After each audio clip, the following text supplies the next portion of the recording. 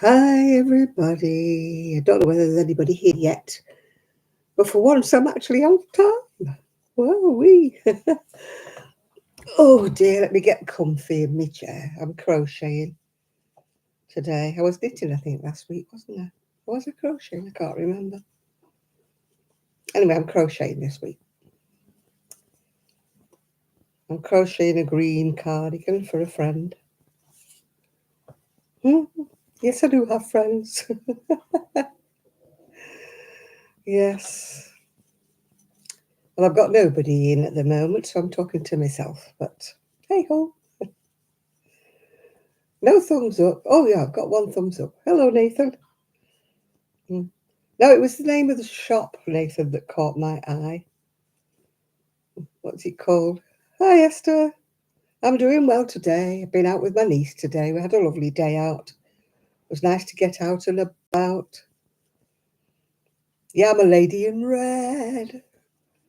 Yeah, I had a lovely day today. It was lovely at Garstang. I haven't been for years and years and years. It's very villagey, very nice. Lots and lots of little shops and oh, so many boats and canal barges. Oh, it was lovely. I could have stayed there all day. I'm hoping that when she does get this house, I'll be able to go and visit her. Hi, Chrissy. Yeah, it's so nice. I mean, it wouldn't be nice for me to live there because it's a bit, you'd need a car, you'd need transport to live there. Yeah. Hi, Athena. Very hot Athens. It's not been too bad today. It's been a little bit chilly and a little bit windy, but not too bad. Hi, Amelia. Hi, Linda. Hi, everybody. I'm crocheting today. Crocheting away. Hoping I've got enough of this green wool to make something for my friend. Otherwise, I think I've got another pack actually. Oh, it's Lizzie on your phone. Hi, Lizzie. You enjoying your holiday? Hi, Sina. You're knitting a summer skirt. Oh, it's been a long time since I made a dress. I keep thinking I'll make a skirt, but I only like maxi kind of things, and so that would be a heck of a lot of crochet, wouldn't it?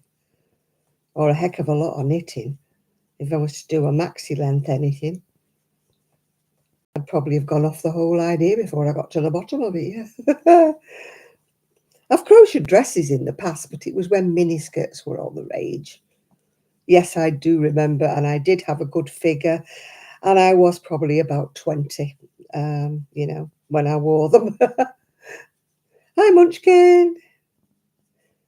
So what's everybody been doing today? I've been out and about. I've been to Garstang, and it was lovely. Like a little village it was with lots of little shops, and I absolutely loved it. Yeah. You're making it below the knees. Yeah, I like maxi skirts. I've not got the legs anymore for skirts. I wear trousers usually, or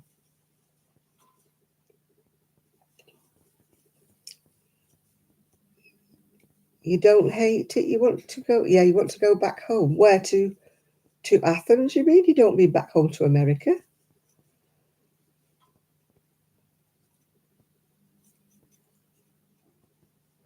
Oh, the jet lag. Yeah, I've never had jet lag because I've never been far enough to go anywhere to get jet lag. I've only ever been, like to the Europe, and on a 4-hour journey on the plane, you don't get jet lag. You might get a bit tired if you've got an early morning flight, but jet lag, no, don't get that. Yeah, yeah. No, I went to the Marina. I had a nice sandwich at a cafe and watched them working on the boats. And there was a canal barge for sale, so I might do a GoFundMe later, asking you all, can you buy me a canal barge for my birthday? Yeah. Oh, 9.5 hour flight. No, thank you. A 4 hour flight, I think, is the longest I've ever done. Yeah. Yeah, everybody can go fund me to get me a canal barge, you know.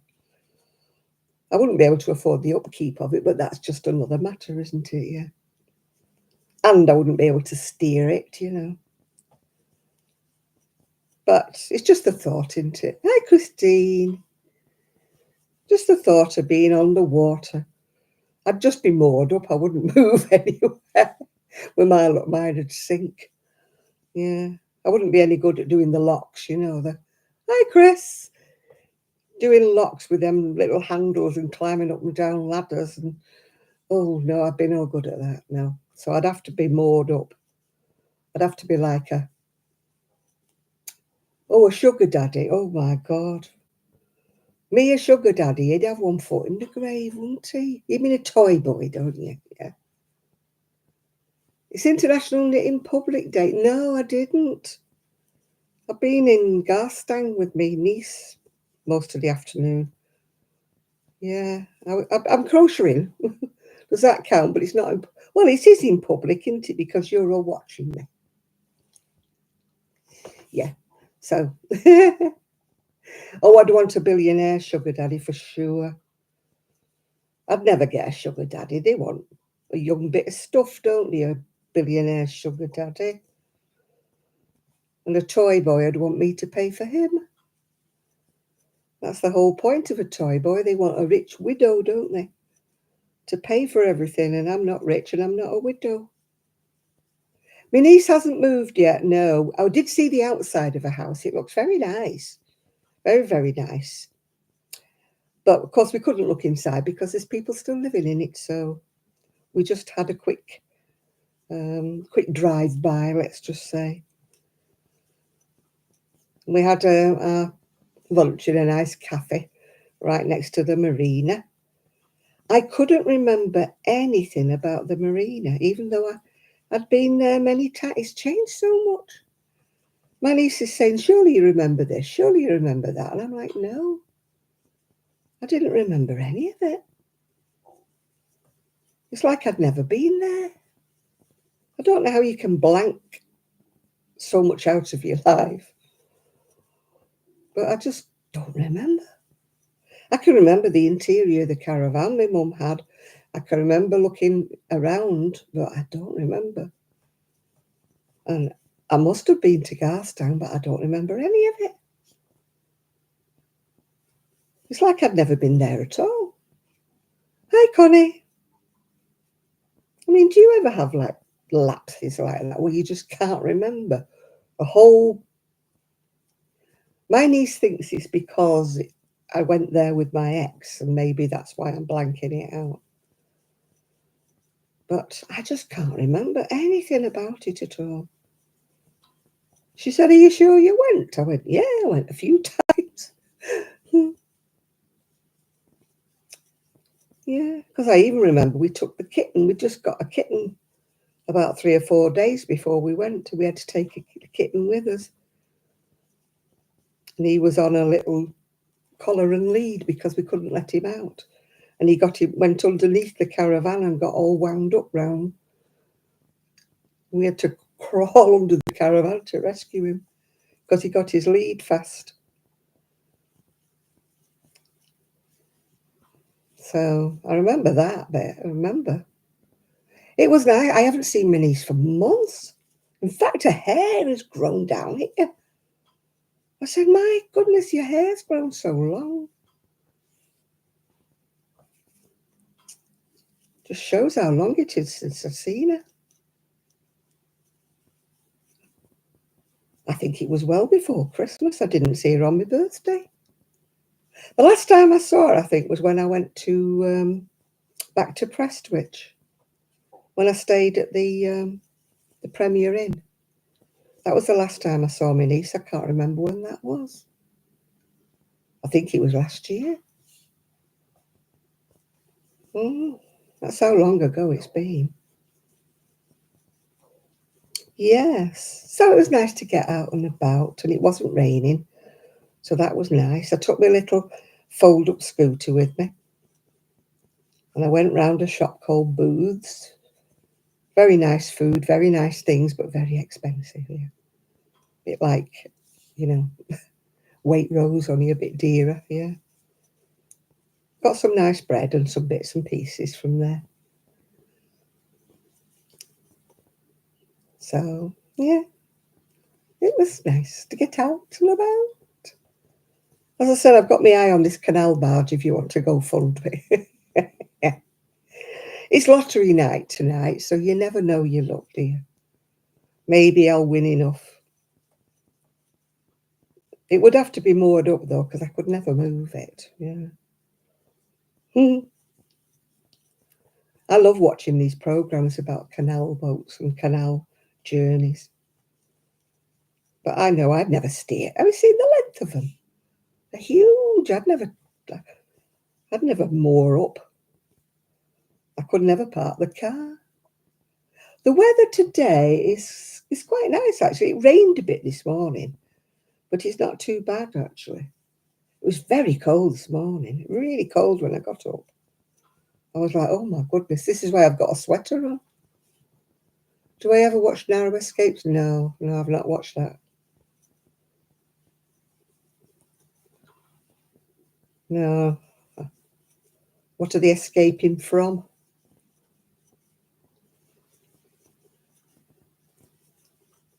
I think I'm supposed to be increasing on this sleeve. I do this, I churn away there, crochet away, then think, I'm sure I should be increasing on this sleeve.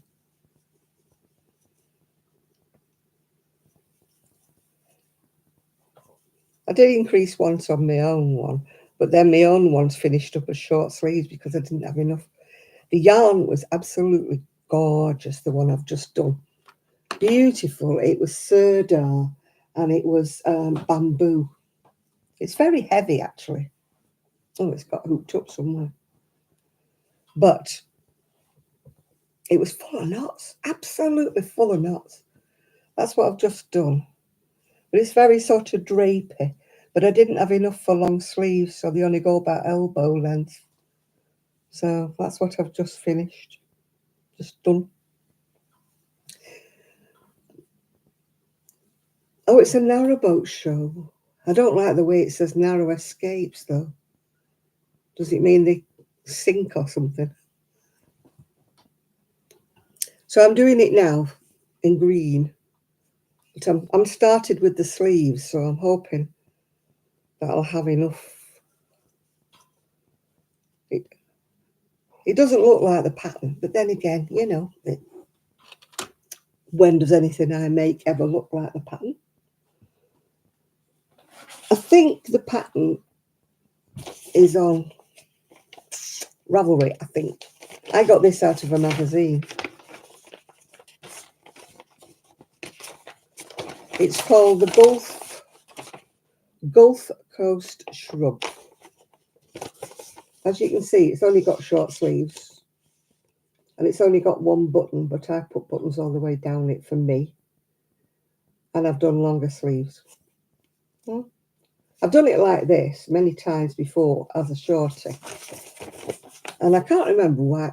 I haven't got them, and maybe I gave them away or I sold them. I don't remember. But did I have fun today? I did.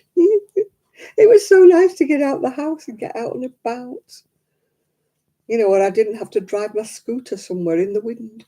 My niece has got new to her car.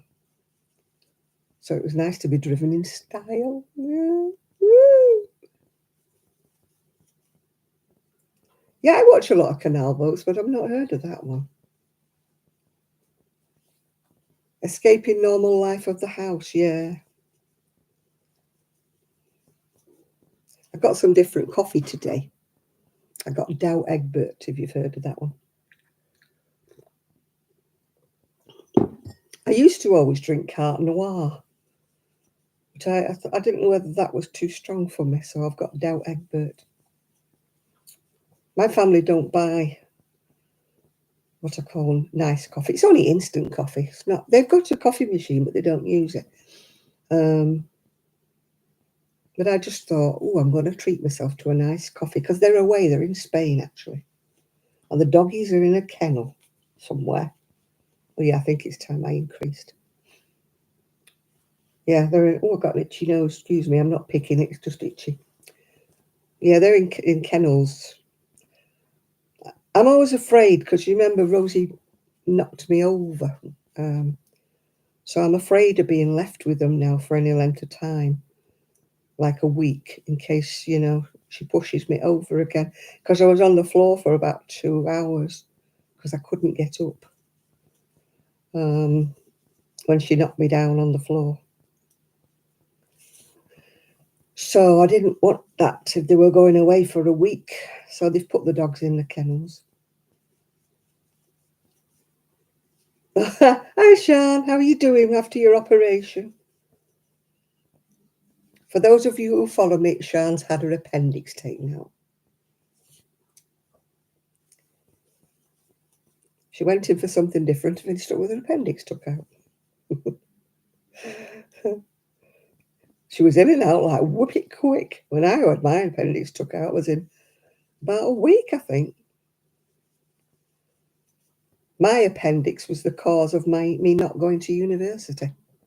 Because on Freshers' Week, when I should have gone to Liverpool University to sign in and get allocated my place in hall, I was in hospital having my appendix taken out. So I missed the chance of my room in hall, and I would have had to go and find myself somewhere to stay.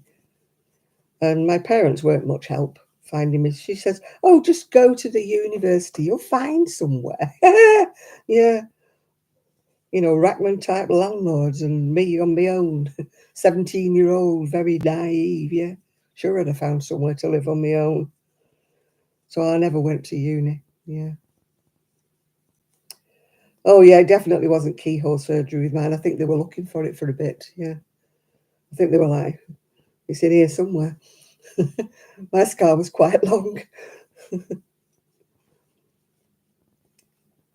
No, I've not had keyhole anything. All of my operations have been the slash and look for it, It's in here somewhere. So I've got quite a few scars. It was the same with my spine. I mean, the actual thing I've got in my back is about 6 inches long. But the scar goes from my bra all the way down to my bum. Hi, Nerdy Stitcher. You're down a stone. You've given it me. You've given it me. I've put weight on. By God, have I put weight on. Your bloods are normal. Mine probably are not. I haven't checked mine and I'm not looking because I really don't want to know. Really don't. I'm in a stress at the moment, so I'm eating for England and Britain and Welsh. And yeah, I'm eating for everybody and the world. I'm one of those people, the way I deal with stress is I don't take to drink or anything, I eat. Yeah. So the more stressed I am. Oh gosh, yeah, the C word, yeah. Yeah. I was a bit worried today because I had a really croaky throat and I couldn't clear my throat. And I thought, oh no, we're not talking that C word again because I had to have all those cells lasered out of my throat many years ago. But that was, my brush, let's just say, with the C word. But they caught them in time and they lasered them off, which is why I've got a deep voice now and why I can't sing anymore. I didn't used to have a bad voice. Yeah, the big C or the little C, yeah. Yeah, when you've had enough brushes with it, yeah. I very fortunately, touch wood, mine was cured or whatever you want to say. Touching wood, it was about 20 years ago that they lasered them all away. They took my uvula, they took my tonsils, They lasered all my throat, the roof of my mouth, everywhere. I was in a bit of a mess for a while, but hey ho, I'm still here to annoy you all. So we don't dwell on things like that. We just push forward, don't we? No, I was 50 something when they took my tonsils and everything out. They took everything out that they could find because they were scared that if they left anything behind, it would have turned into the big sea. So they took, yeah, oh, they didn't do me blood. I don't think they did. They may have done my blood count. They don't tell you nothing, do they? They just said that that's what they thought I might have, was throat cancer. I thought, oh. And I wasn't a smoker or anything like that, yeah. Oh, Sheila's got a new video up. Working on her works in progress. I shall watch that later. I shall watch it later on. They wouldn't take mine out when I was a kid. I kept getting all these sore throats and that, and they wouldn't take them out. But when I was working at the job centre, I got like a froggy throat, like I had today. And it developed into a rasp, and then my voice went all together. And when your voice goes all together for about 3 weeks, they start getting a little bit worried, yeah. And they sent me for investigation to find out why I had no voice. You know, it was great working at the job centre, being face to face with people and not being able to speak. And I didn't get a sick note. I used to go in. I used to do work at the back because I couldn't answer the phone. I couldn't do anything because it was like, you know, I was like making one of those funny phone calls. You know, like, because that's the only voice I had. Yeah. My family thought it was hilarious until they knew what they thought it was, and then they were very concerned. But you stay smoke free. Yeah, they said had I been a smoker, then it could have been a lot worse for me if I'd have been a smoker. But thankfully, I've not smoked. You know, I thought you'd given it up once before, Sean. Sean.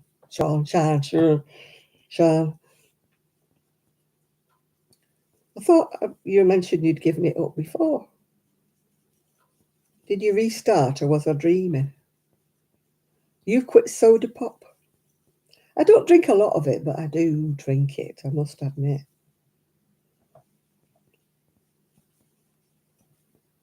I'd rather have cordial with fizzy water. I suppose that's like soda pop, isn't it? But I'm not a lover of, I don't. Oh, for goodness sake, who keeps sending me messages? I'm not a lover of, you know, some people are addicted to Coca-Cola or things like that. But I've never been. What have I got now? Oh, Christian Omdal, craft meditation. I've never quite got the hang of meditation.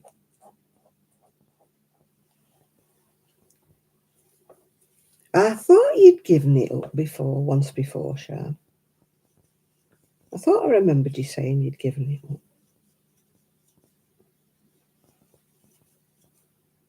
Yeah, I've never got the hang of meditation. I never get into the zone, you know. I can sit and go in a daydream, as I call it. Is that what meditation is? I tried it once when we did yoga, you know, staring at a candle flame and all that. But I can't say as I ever got the hang of it, you know.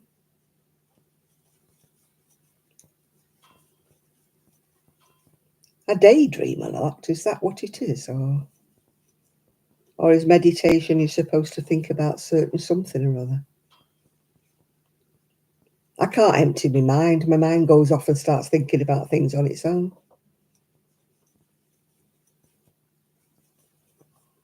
I do that a lot. I can watch something on the TV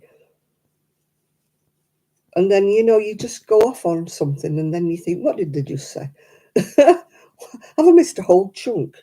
Because you've not been concentrating. I think I just go off on. My mother used to call me Dolly Daydream. So I don't think I'm very much good at this meditation lark, you know, staring at a candle flame and all that.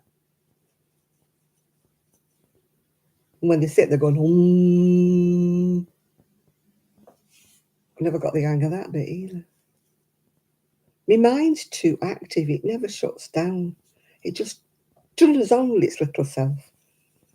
It goes off on a tangent. I can be watching something on the telly and my mind goes completely off the subject of what I'm watching and goes completely off tangent.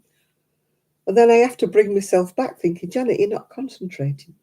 You just missed a whole chunk of the programme now.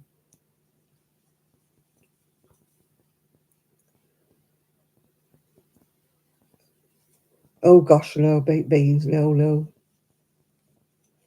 No, I have a drink on a Saturday night sometimes here with you, everybody. But by and large, I don't drink at all now. I mean, I drink those cans that are about 5% alcohol. You know, they taste like pop, don't they? But I don't really drink at all, you know. Some people drink loads of wine and things. I'm not a wine drinker. I wouldn't dream of buying a bottle of wine or anything. You know, some people buy a bottle of wine and drink it, you know, like every night or something. Or at least share it between, you know. Yeah, well, this is what was happening with Shan. Hello, Esin.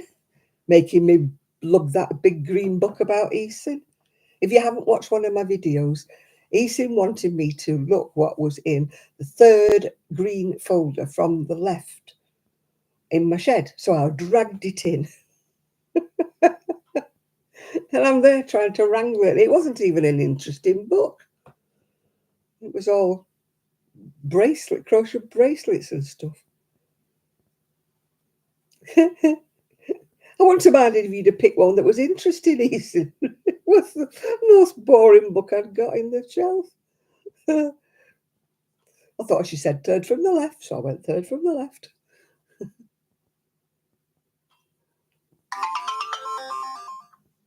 Medium tone blue acrylic. They do over in the UK, yeah.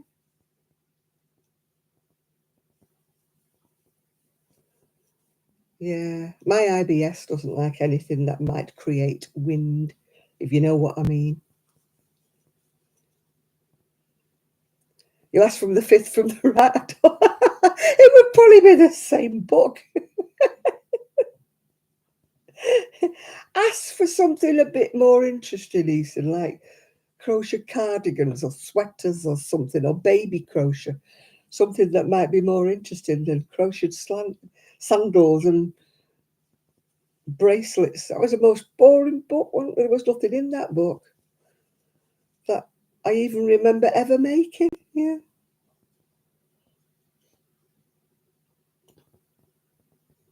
Oh yeah. Aldi's got. If you're in the UK, Aldi's got wool, I believe. I'm not going. I'm not buying any.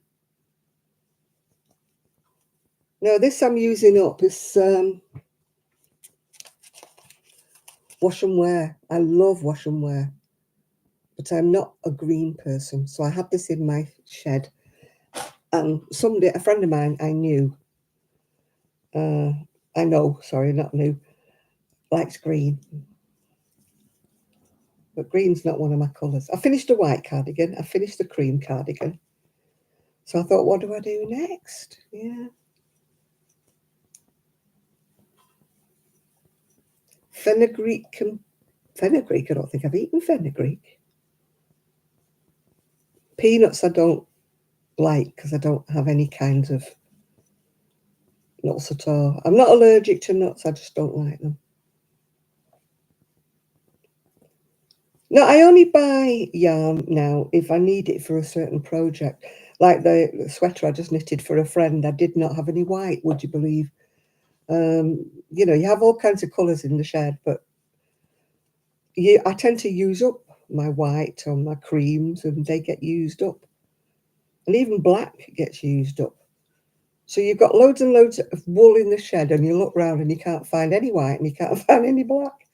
They're the only two colours I tend to buy, actually, unless I need something specific, you know, colour for something.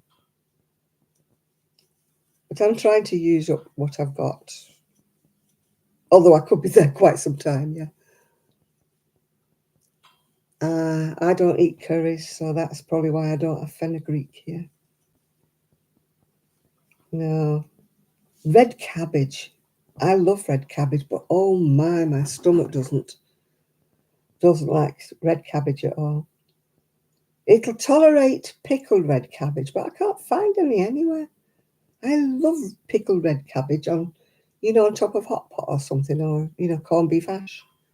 But I can never find it. They have pickled beetroot. I don't like that.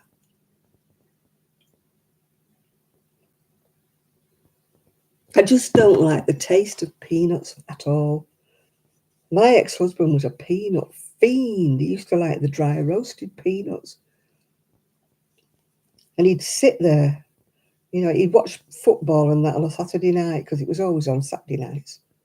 So I was bored out of my skull because I didn't like football, and we didn't have Sky Telly or any other telly. I had to sit in the same room as him and watch the telly. And he used to, oh, you don't mind the actual match of football. It's the discussion for about an hour and a half before the game starts. And then they pick it all to pieces, don't they, after the game's ended. So an hour-long game goes on for about 3 hours. And it bores me stupid. So I always associate with being bored watching football and the smell of dry roasted peanuts. British marmalade, yeah. I don't really care for marmalade, actually. I bought some plum jam, Victoria plum jam today. Hoping it's nice. Yeah, it's got to be Seville oranges. They're kind of like a bitter orange, aren't they? They're not oranges that you would sit and peel and eat, yeah. I don't know why I'm not keen on marmalade, and it's really British as well that you have marmalade, yeah. We only normally ever have strawberry jam, and it's not the good strawberry jam. I like preserve, or I like gooseberry jam, yeah. I like gooseberry jam, but you don't often find that. But I've got Victoria plum. I like apricot jam as well. And I like lemon peel, lemon curd, yeah. But I bought Victoria plum jam today. We went into a shop called Booths, which is quite expensive, really, you know. Yeah, bramble jelly, you don't see that much, do you? You see blackcurrant, but I'm a snob. I don't like cheap jam. I like my jam to have some fruit in it, if you know what I mean. You don't get strawberry jam with a chunk of strawberry in anymore, do you? It's all like, well, I don't know what American jam's like, because they call it jelly anyway, don't they? So it can't have any fruit in, can it? So bramble's kind of like blackberry, but I think a bramble's different. You have jam and jelly. They always call it jelly, don't they, in America? And it always reminds me of, like, we call like jelly and custard, you know, it's kind of like a fruity jelly that's, you mix it with, it's like a gelatine stuff that you mix with hot boiling water, and then it sets when it goes cold. So, you know, when I used to read American books, I mean, yeah, the biscuits and gravy used to get me because I couldn't fathom that out. But when they used to say they put jelly on toast, I used to think, they put jelly on toast? When you're not, I mean, nowadays everybody has internet, everybody has television, and you know the differences, you know, between different things. But back in the day when we read books and that, we didn't know that jelly was what we call jam, and that Biscuits were what we call scones, yeah. Yeah, when you buy cheap jelly, it's just like spreading. Oh, maman, yeah, I like that. I like, is it Bon Marie? Yeah, I do like. I used to go into Tesco's and they not taste the difference, but their supreme kind of range. They used to do such lovely preserves, strawberries and apricots and that. And they were really solid and they really tasted of the fruit. I mean, whether it was fake or not, maybe it was flavouring, I don't know. But I did like to think that it was fruit that I was tasting. I mean, these days, how do we know? They stick so much fake stuff in our food that we don't know what the heck we're eating half the time. I watched a video the other day about crab sticks. There's no crab in a crab stick, it's all junk. And I'm like, oh, God, that's just ruined me day. They put all this fake flavouring in and fake colouring in to make you think it's a crab stick. Yeah, my mum used to make jam. She'd have us go out picking anything, yeah. Picking fruit and stuff. And when I lived in Wales briefly, my auntie had an orchard. It had apples, all this kind of fruit, gooseberries, black currants, blackberries, raspberries, red currants, all this sort of stuff, crab apples. So she always used to be making, preserves or jams or something like that. No, I don't like, is it raspberry jam that used to have the seeds in it? They get in your teeth, don't they? Yeah. No, my aunt used to make, waste not, want not back in the days. Don't forget I'm old. I remember like rationing and just after the war when you used to eat what you could, which was stuff that grew in the hedgerows, rose hips and things like that. Rose hips, crab apples, gooseberries, raspberries, black currants, and wimberry. You don't see wimberry anymore now. I used to like wimberry. You made everything with what grew, what you could and what you could find, yeah. Yeah, I don't eat much jam because I'm not supposed to anyway with being diabetic. So I only like a thin little layer on top of my toast. So that's why I like it to be nicely flavoured. I don't like the cheap stuff. My son says I'm a food snob. I think I am, yeah. I would rather have a little of something really, really nice. We were talking about this today, funnily enough. I'd rather have a small piece of fish or something that's really nice, really tasty, than a bucket full of something that's not got any flavour.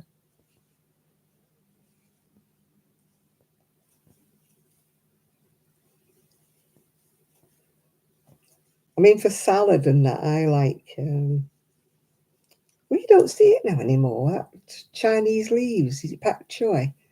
Don't see that much now. And I used to like, the spinach, not the one that you cook. The salad spinach and rocket, of course, things like that. If I have lettuce, I like it to be iceberg lettuce, but a lot of lettuce doesn't have any taste, does it, these days? It's all like, it's green and it's crunchy, but it doesn't have.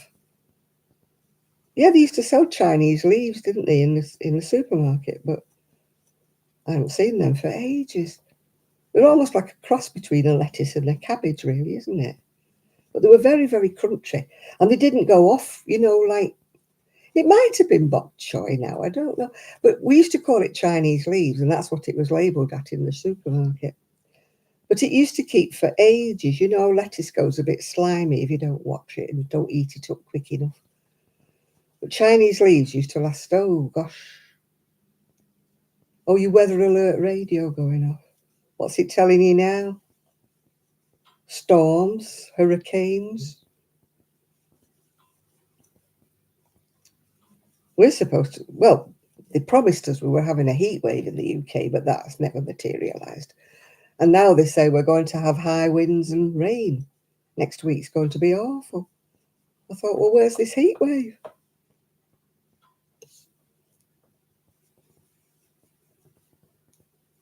Yeah.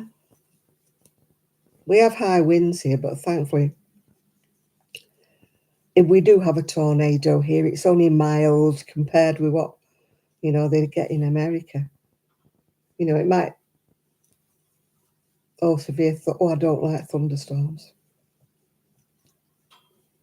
I know I can't get my summer dresses out. I bought 2 new summer dresses in the sale. I don't know when I'm going to wear them. I'm already thinking cardigans to go on top of them. Tights on underneath, You have to think these things. You cannot just have bare legs under a dress. You've got to start thinking underskirt, tights,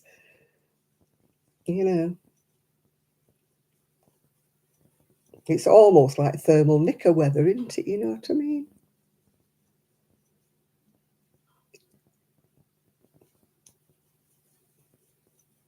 I phoned Sue up yesterday, but she was out and about, so she's going to ring me tomorrow. So if she's got any news, I'll let you know.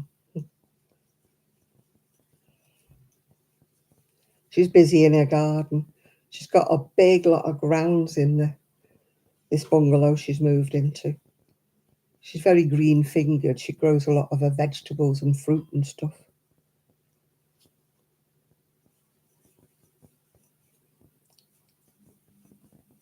Well, we don't want hurricanes. As I say, we do get them in the UK, but they're pretty mild compared.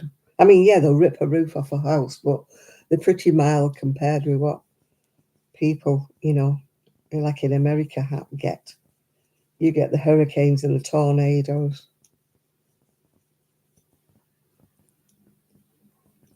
But I don't think it affects us as much because don't forget our houses are pretty solid. They're built out of brick and, they're not wooden timber framed or anything like that. So it takes a lot to shift our houses, really. We might lose roof tiles and stuff, but the houses by and large, they remind me of that, what's it called, that nursery rhyme, about the 3 little pigs and that. Oh, I think I'd turn it off, Murdy Stitcher, if it kept going off. Yeah, that's what I was thinking of, Hertford, Hereford, New Hampshire. Hurricanes hardly happen. I couldn't think of it. You've just reminded me, Munchkin. It was running through my head, but I couldn't remember the exact words. Yeah, it's going darker now. I'm going to have to put the light on in a minute. Yeah, ignore it. Just pretend it never happened. That's what I do. I'm very much a head in the sand type of girl. Until it whaps me in the face, I just ignore things. I'm going to go and draw my curtains because I don't like putting the big light on. Peter K, big light. Don't like putting the big light on if I haven't got my curtains drawn. So it may go dark momentarily. Big word.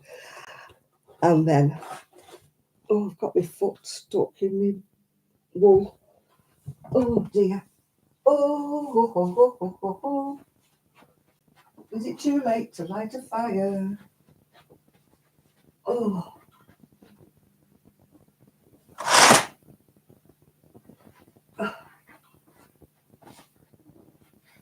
Oh, I'm cold.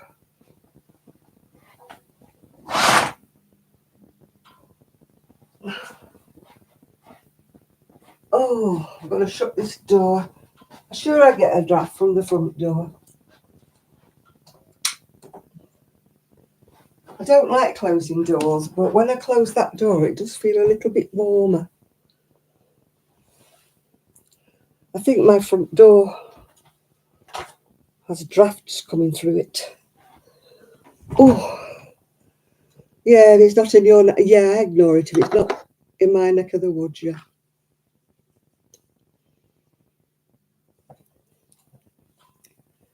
Yeah. It's very... Oh, yeah, thumbs up. Thank you, excuse me. Thank you.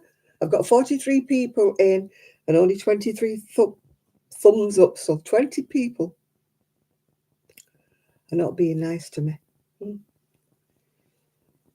You know... I'm reminding you of Christmas. Yeah, I've got my red beads on as well. I was cold. I got up this morning. It was absolutely freezing. I had to put the heating on for about an hour just to warm the house up. I was so cold. I thought, this is blinking June. We should be wearing shorts and a t-shirt now. Not a sweater with a t-shirt underneath it to keep you warm. And long trousers.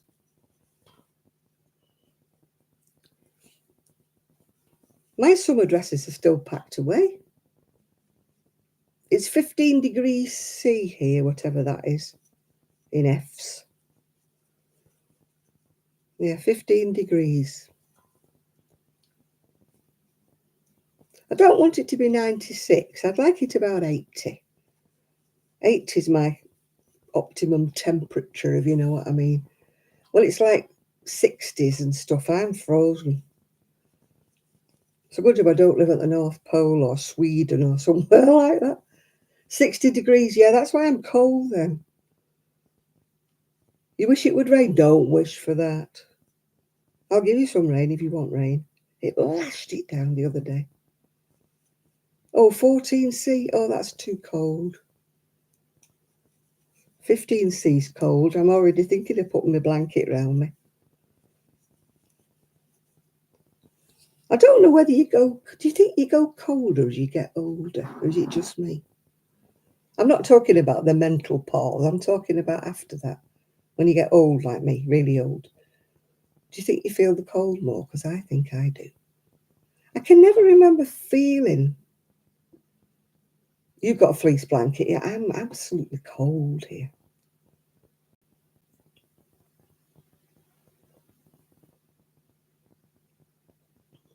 We don't get the super hot bit, Chris. We get the cold bit. We get the wind. But we definitely do not get the heat.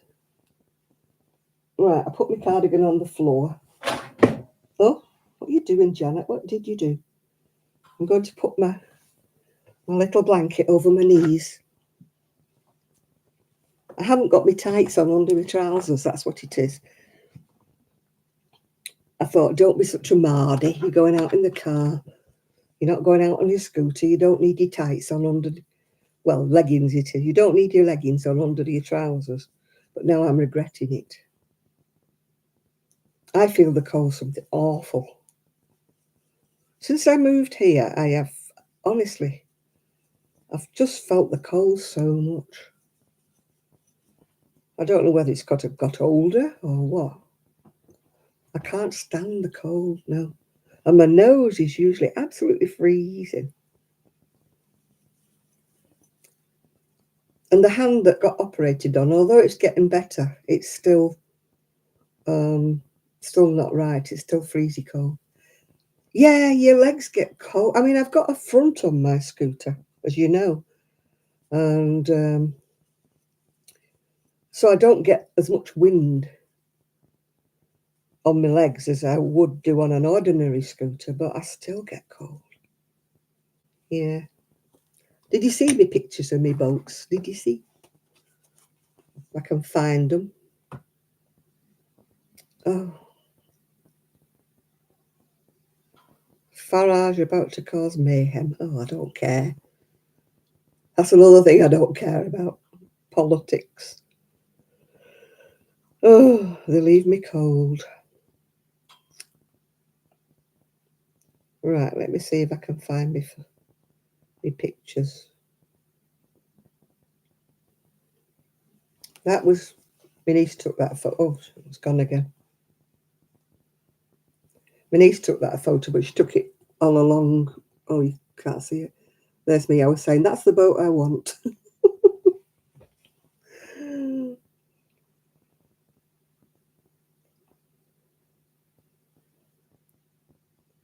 Look at all the boats. That was just a fraction of them. There's no parking spaces. They're just moored up all the way along that canal. There's absolutely no spaces. But this one's for sale if anybody wants to buy it for me. It's got for sale on it. It's next to it's next to one canal barge and a boat, yeah. Where my niece is going to move to, at the back of her, is just rows. They are the real canal barges behind her. This Marina tended to be more little boats and stuff. But, oh, I was in my element. I could have stayed there all day just watching the boats, yeah. I was watching Robbie Cummins, and anybody who watches boats who doesn't have one is called a gongoozler.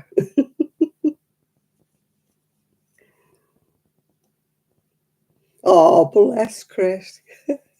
Yeah, I look like I'm homeless sometimes, yeah. I've got my ear muffs on if I haven't got my hat on. I've got my blanket on, and I've got a great big, like an apron thing that goes over me. It's furry on the inside and waterproof on the outside. And it's quite good. I think it's meant to be for, actual scooters. I don't mean mobility scooters. It's meant for actual scooters to keep your legs. And it fastens around your waist with an elastic. And it was my friend who got one of those. And I said, "What's that called?" And she said, "It's called a scooter apron." Yeah. And I tell you, it keeps the wind off your legs. It's great. It's got, well, not real fur. It's got fur inside it and like waterproof. You know, like the stuff they make rucksacks out of. It's got like that on the outside. But it does keep a lot of the wind off your legs. But honestly, I have more layers than an onion when I'm going anywhere. And then when I get anywhere and I go somewhere in the library, like, I'm too hot then because you're hiding in bed, you've given up. I don't blame you. Except that my bedroom's not that warm. I'm still using my heat pad in bed. I cannot go to sleep without my heat pad on my back. I only used my little mobility scooter for a little short time while I was in Garstang. But Garstang is very cobbly and very uneven. So I had to take my painkillers. I had to take some painkillers. Which, if you know me, I don't like taking painkillers. I'm not a painkiller lady. I always say when I'm in pain, I know I'm not dead, I don't like that drugged up feeling where your head's fuzzy wuzzy and you keep falling asleep. One of my friends is like that. She has got a bad back, to be fair, but she takes so many painkillers. She's always asleep all in the afternoon. Hi, Denise. Hello. Oh, gosh. I know my big scooter's okay, Chris, but this little fold-up mobility scooter, it's only got little wheels like, they look like Meccano wheels, and they feel every little bump. It's better than walking, mind you, but I still feel every blooming bump.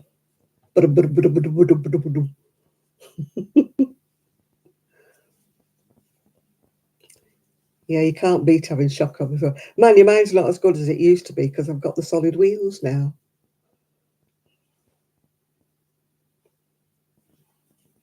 Maybe you can get out and about more now, Chris. Now you've got a nice wheelchair. Like, the trouble with going out and about is you spend too much money, don't you? That's what I find the trouble is. When I go out and about, money flies out my purse. Still, mean, my friend paid me for the sweater I knitted for her. I only asked her for the price of the wool, but she sent me a lot more, which is very, very nice of her because she said she appreciated it. It's nice to be appreciated, isn't it? So the two dresses and the two skirts I bought, actually only cost me a tenner out of my bank account. Isn't that nice, isn't it? Yeah. Yeah, it is nice when you... I mean, my scooter was a lot better before I had solid tyres put on it, but I had to have the solid tyres put on because they kept shredding, you know. But I have to confess it's not as comfy, you know, so it's nice to... I hope you can get out and about more, Chris. It doesn't make you have to go to bed with the pain. I should take more painkillers, but I really don't want to, but I should. I'll save them to go take them when I go to bed.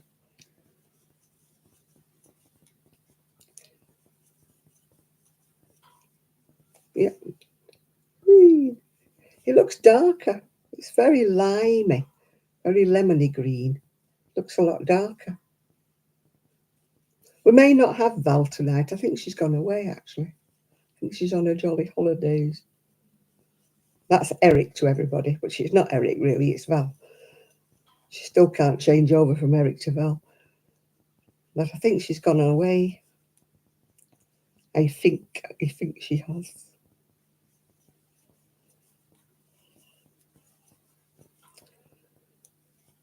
Did I tell you my friend fell off her electric bike? It was the nut thing that was holding the handlebars on. She bought a new electric bike and they mustn't have screwed it up properly. So she stopped them. And then when she went to start off again, the handlebars went one way, but the wheel went the other and she fell off. She's hurt her knee.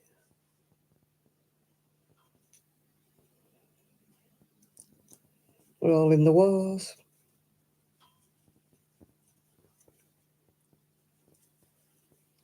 So she's bruised.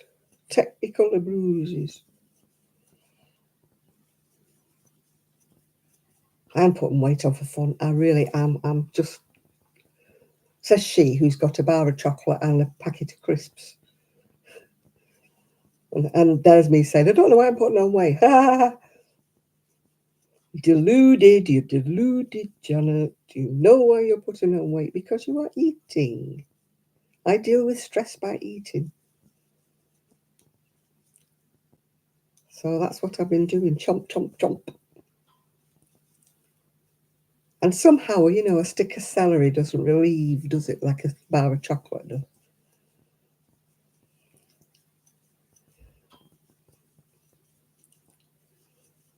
I don't know how wide these... I'm going off piste. I'm not even doing... Well, I can't do what the pattern says because the pattern's got short sleeves, has it? So I'm making up my own long sleeves. I decided to start with the sleeves because I don't know what size bosom she is. So I thought, well, I'll start with the sleeves because the sleeves you can't go wrong with. They're not much different size-wise to size-wise, are they? But the thing's done all in one up to the armhole, so I don't want to make it too big. Right, let's have a little look at the sleeve. She'll have narrower sleeves than me.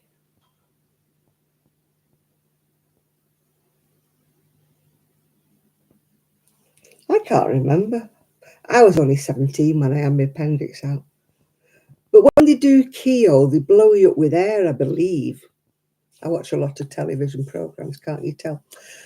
They blow you up with air, don't they, to make your stomach swell up. They did that once with my knee. They blew my knee up with air. And I had to go back into school after I'd had that.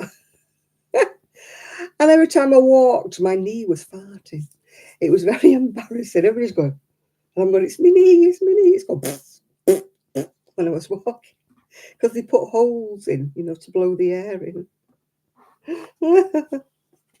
So there I was. walking down the corridor at school, and everybody thought I was tooting. A fairground ride has collapsed. Oh dear, where's that? Lambeth Country Show. 4's in hospital. At least there's nobody dead, thank goodness. Oh, I hope it's not that. Do you remember that lad that used to come on here on the lives? What was he called? Can't think.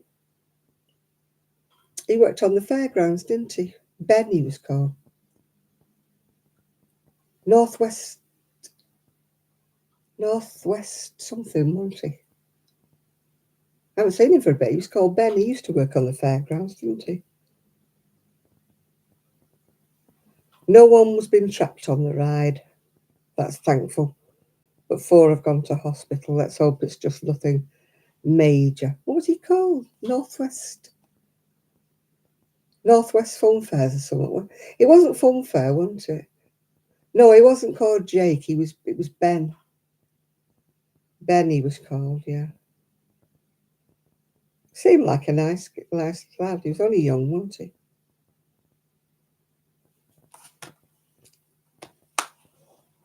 Yeah, he hasn't been on for a while. Yeah, he was only a young one, wasn't he? About 19, I think, something like that.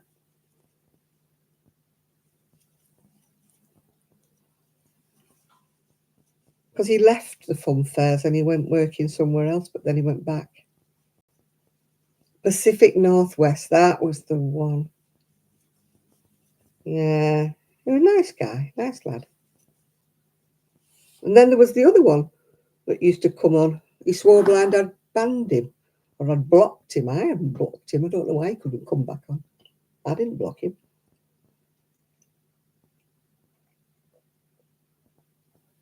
He was a bit annoying though, wasn't he? But I didn't block him. But he swore blind I had.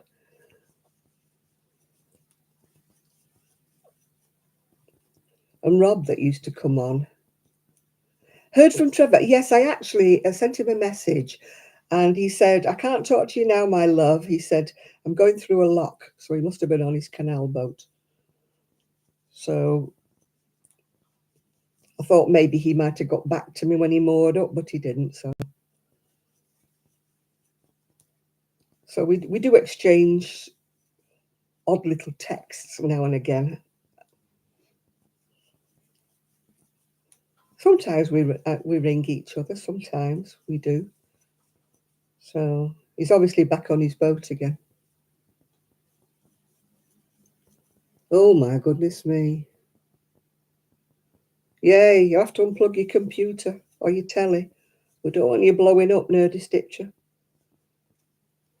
I lost a television years back because I didn't unplug the aerial and it got struck by lightning.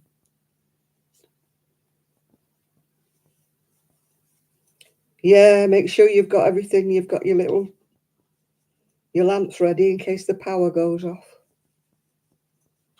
Our power went off last weekend, but only for a brief 5 minutes or so. The telly went off and everything. I thought, what's that? First of all, I thought it was a fuse in the house because that's what you do, don't you, Fee? So I said to my son, I phoned my son to see whether or not his telly had gone off upstairs. But the funny thing was, he'd shouted downstairs saying, don't worry, it's a power cut. So I cut the phone off and didn't ring him anymore. Then about an hour later, he said, what do you want me for? Why have you just rung me? I said, I rang you about an hour ago. So whether his internet went off at the same time as the power went off, I don't know, because I didn't ring him an hour later. I said, I haven't rung you. I said, I rang you about an hour ago when the power went off. He said, well, I've only just got the message. I've only just got the phone.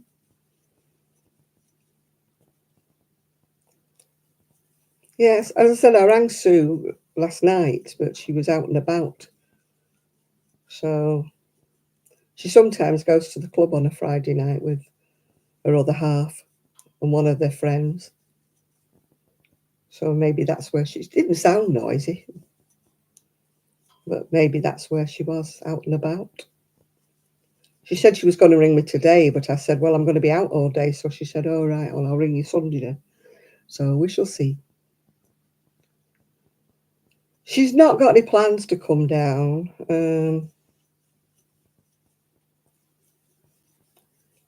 She used to visit, you see, because when she used to come down to see her daughter and her son, when I was in Prestwich, it was on her way, like, home.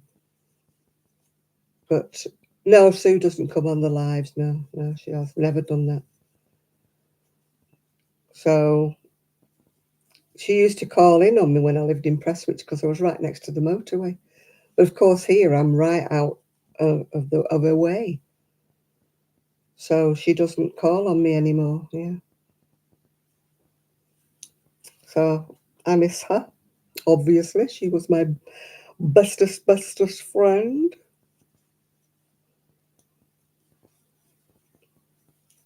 But she had to move.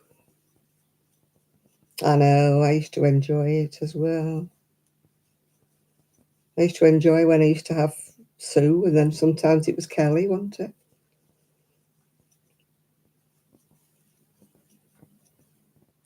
Yeah, I used to like the double act.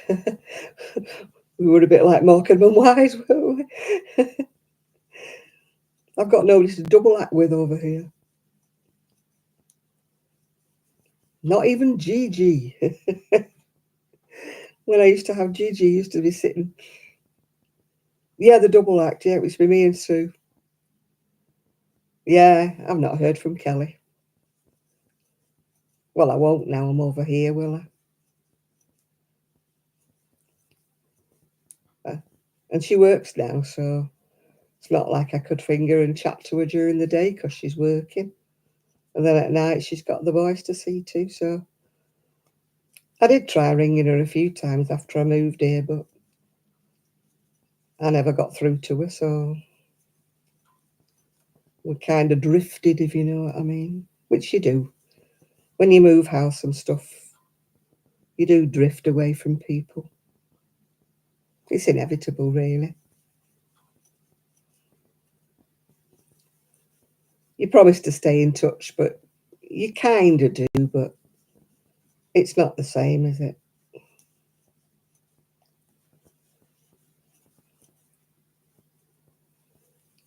It's different if you've got transport and you can go backwards and forwards, you know.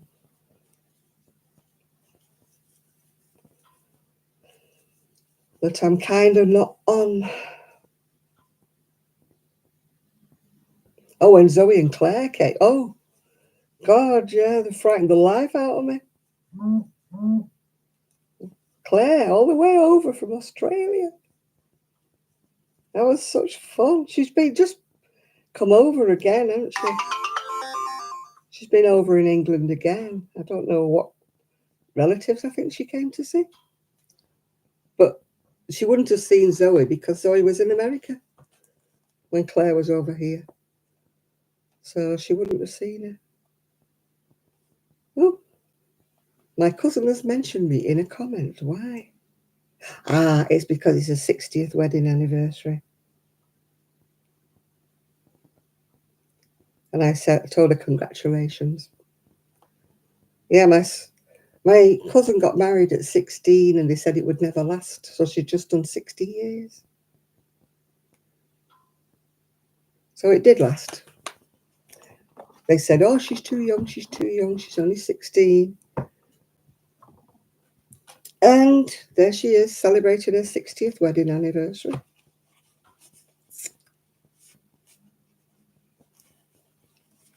It just shows you some teenage marriages do last. She'd been with him since she was about 12, I think. No, Zoe doesn't do videos. She's too busy in her. She's gone into all this, I won't say sci-fi. She goes to all these like conference things in America now, doesn't she? And stuff like, I don't know quite what it is. It's a bit sci-fi, isn't it? A bit Doctor Who-y, but you know. What's on my needles today? It's on my hook actually today. I'm doing a sleeve. I'm doing that, but with long sleeves. I'm doing it in green for a friend. I'm trying to find the middle of my ball. And it's being biatch. I've got a lump. It's given birth to a lump. It's not my colour, Helen, not at all green. It just doesn't suit me green. I take my complexion takes on the same colour as green, and I can tend to look very bilious when I wear green. So I've learnt not to wear it now. I look as though I was seasick when I'm wearing green. I can wear emerald green or jade green, but this kind of yellowy green, it's just... I've never had my colours done. I don't know whether anybody else has had the colours done. It used to be the rage, didn't it, ages ago, where people used to come to your house and drape you in colours and tell you what was your colour. I never had mine done because they'd probably tell me I suited beige or some earth colour or something, and I'd be like, no, you ain't going to get me wearing that colour. I like bright colours, as you know.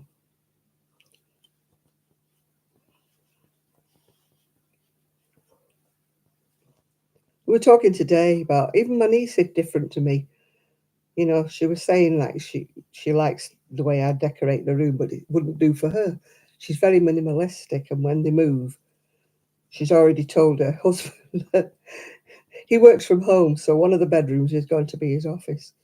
So she's already told him that all his clutter, because he's a bit like me, all his clutter's got to go in his office. She's not having it downstairs. She likes minimalistic and everything in its cupboard, you know. Whereas I'm like, no, I like everything around me. I like to be surrounded by clutter and mess and colour. And she was saying that she doesn't like all the pictures and stuff I've got all over the walls and that it's not her scene. And I'm thinking, I need more. This is why we're so different. And I was actually looking on Amazon just before I came on here for the price of, you know, cushion bases, so I can make some granny square cushions. But I don't want, because the family are away, I don't want them delivered on a day when I'm not in. So I looked at some and they would be delivered on Monday. So I thought, no, if I order them tomorrow, maybe they'll deliver them on Tuesday, which I'm in then. I'm in Tuesday.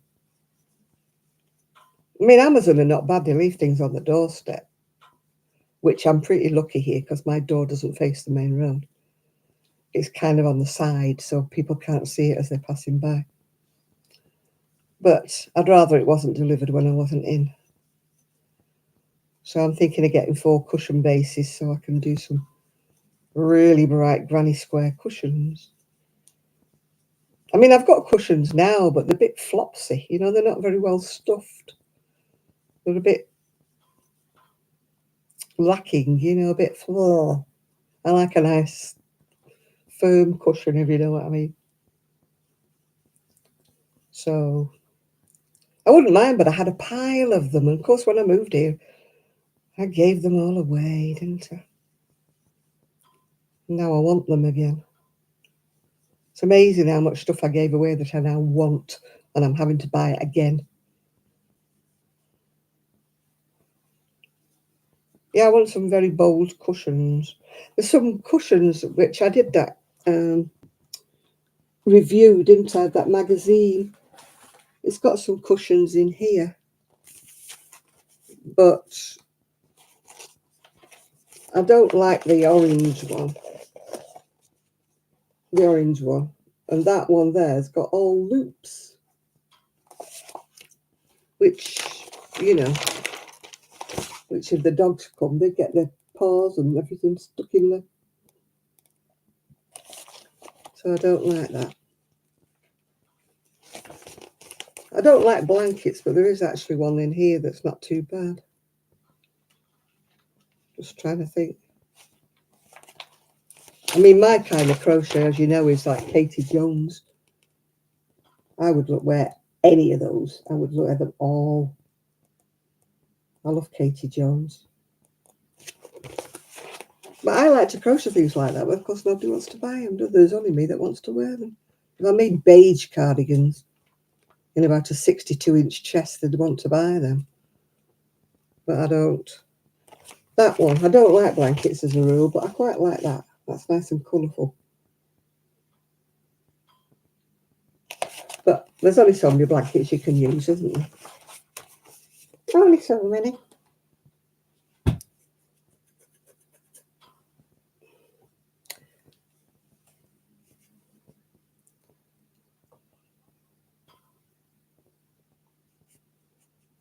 Yeah, I love bright colours, as you know. Anything jazzy. Granny squares. I like the granny squares that are like a flower in the middle. You know, the one. What do they call them? They have a name for it, don't they? They start off with more like a daisy. Well, we had waist back in the 70s. We had figures that went in and out. We didn't walk about with jeans with holes in, did we? And bellies hanging out. I know it's fashion, but the latest fashion looks nice on young people with nice figures. The latest fashion does not look nice on older women or overweight women. Oh yeah, we all did our hair back then, didn't we? We all used rollers and set our hair. Calm and heated rollers were the thing, you know. There was none of this hair straighteners and stuff like that. Yeah, we used to spend hours doing our hair back then.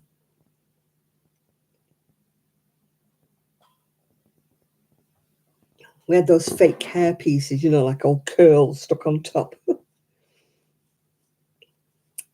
I used to spend hours doing my hair.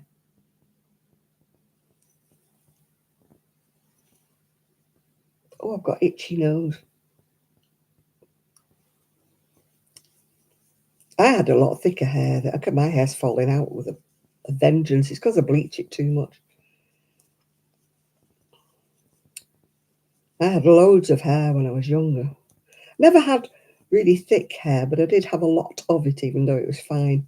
And then, of course, we all wore hair pieces. You know, we all wore additional hair. I don't mean wigs, but we all wore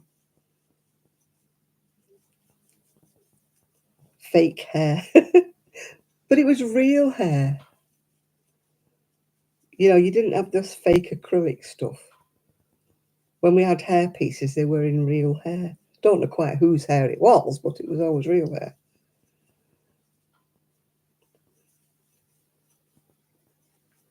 Yeah, I used to be a dab hand at doing my hair long. I've always had long hair. Well, apart from when I had it cropped short.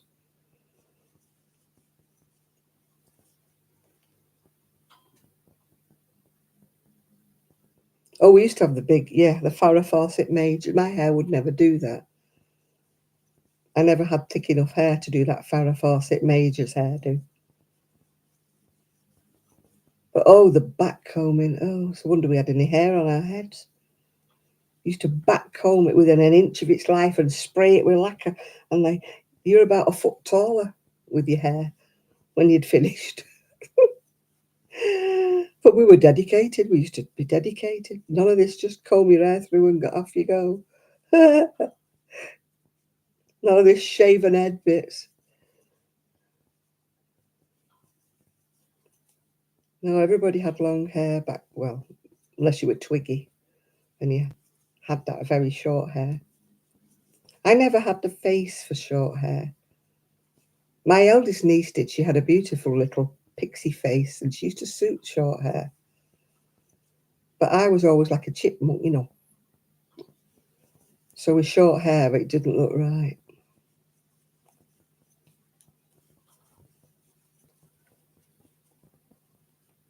I had my hair cut really, really short once, and oh, what a mess that was. My mum said, oh, what have you done to your hair? You look like a boy. It was so short, I couldn't put a curler in it or a roller in it or anything. I couldn't blow dry my hair. I've never been able to blow dry my hair. Some people have a knack, don't they, of blow drying. As you can tell, I can't blow dry mine. I did do my fringe this morning. It went like that this morning, but of course I've been out in the wind since then. And so it's gone as straight as a poker.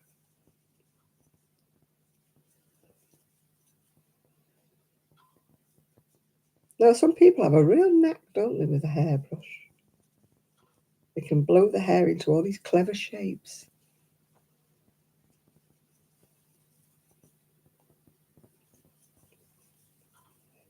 Mine dries. It's so thin, my hair dries before I've even got any shape in it. I have to keep wetting it to blow it dry. Does that sound stupid or what? But I do. I'm like Sheila. Sheila's losing hers, isn't she? We're of the same generation, me and Sheila. She's losing all hers at the front and I'm losing mine at the back. African flower, I think that's the square I mean, yeah. They look nice, don't they? They're granny squares, but they're filled in, aren't they? They're not. Yeah, Mia Farrow's had short hair and Twiggy had short hair. But if they've got a pretty little face that's not too fat, you can get away with short hair. But I've never suited short hair. Every time I've had it cut, I've cried and cried until it's grown again. I even bought a wig once. Yeah, I wish I did suit short hair because it's easier in a way, but I just don't.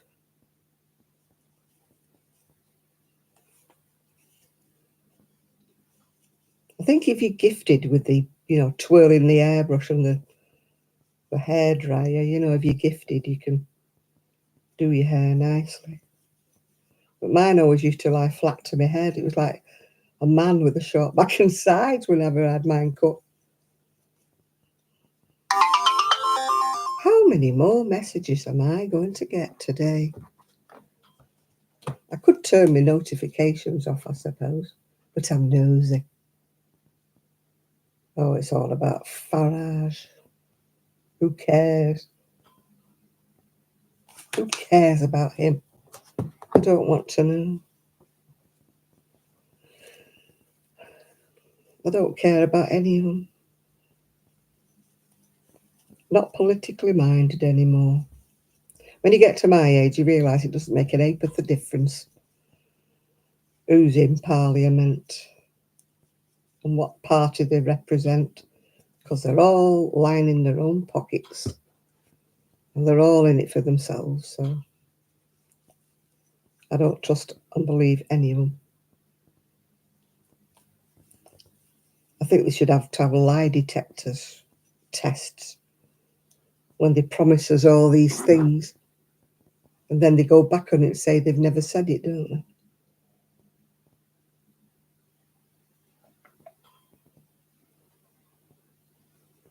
We are going to do this and that and the other, and it's all going to be hunky-dory and it's going to be wonderbar. And everybody's going to live in utopia.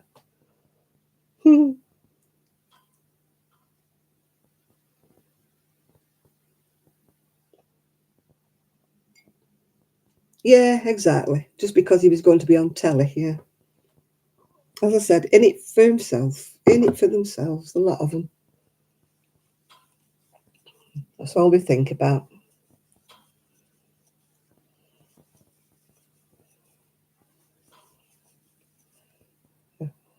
They're all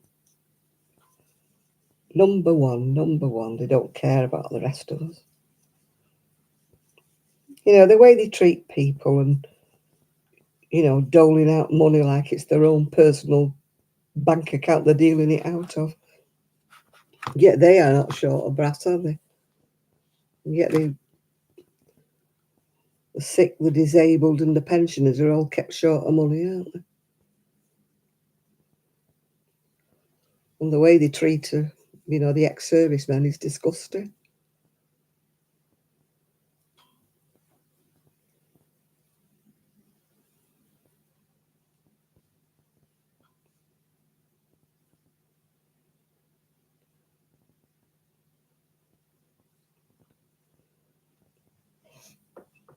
It was funny, we were going up the seafront the other day, and there was a load of teenage kids that they were doing some kind of project. They all had their clipboards and that, and they were all on the beach, and there must have been about 100 of them wearing their life jackets and that. And my friend says, "Oh, I think another dinghy's coming," which I thought was rather funny, actually.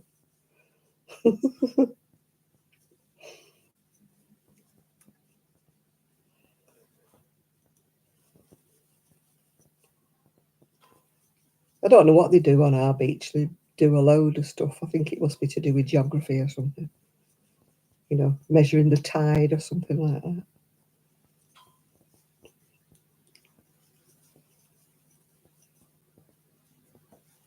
We never did things like that when I was at school. We never did field trips. I think we once went out looking for tadpoles once, when I remember that at junior school. Our science teacher took us to this pond thing to look at tadpoles. We probably wouldn't do it now. It'd be all health and safety in case anybody fell in the pond, wouldn't it? They'd all have to have their life jackets on now just to go and look at a pond. Yeah, all these kids. I mean, the tide was out. The tide was absolutely miles away. You'd have needed a bus to get to the sea. And yet they all had their life jacket things on.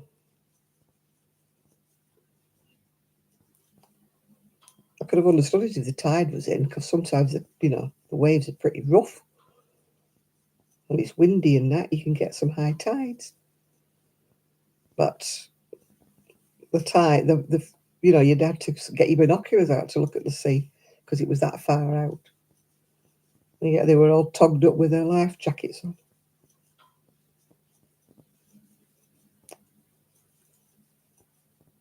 I can understand it when they take the little ones, because sometimes some of them are only about 4 or 5 years old, and they take them playing football and things on the beach.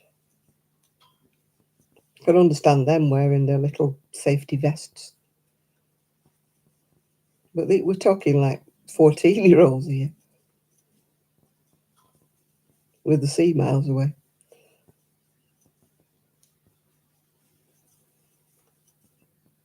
Yeah, they're probably measuring tides or measuring whatever, I don't know.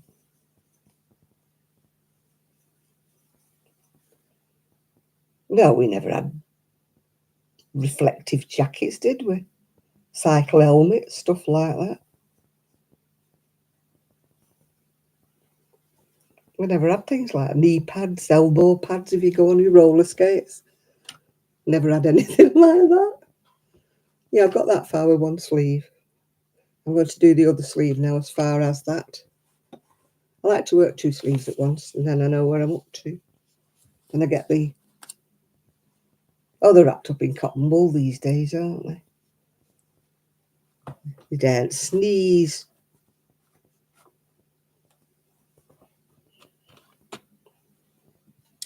I mean, look at the fair, the playgrounds and that. If we fell off a swing, we landed on blinking concrete, didn't we? I can't tell you how many times I got whacked on the back of the head with a swing. You get off the swing, don't you? Or somebody pushes it and bang, back of your head. You did 2 hours on an open top bus, you mad fool. I bet that blew you to bits, didn't it? I don't think we have open top buses here. They get blown away if we did.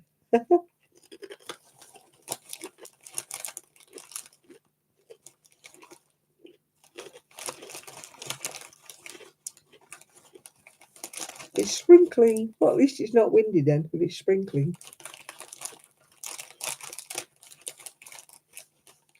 As long as you don't get floods, we'll be all right.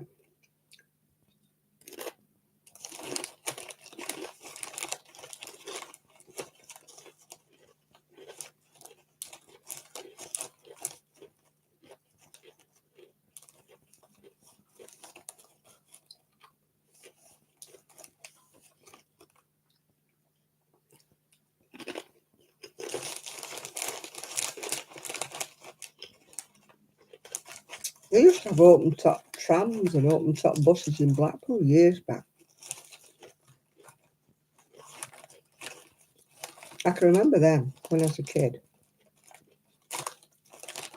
But the weather now, I mean, you'd have to have an umbrella, wouldn't you?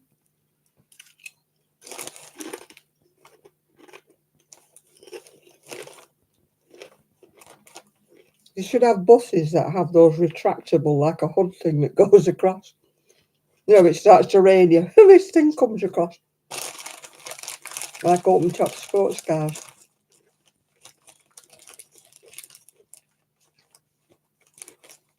And they've got like a pram hood, haven't they, that comes over on an open top sports car.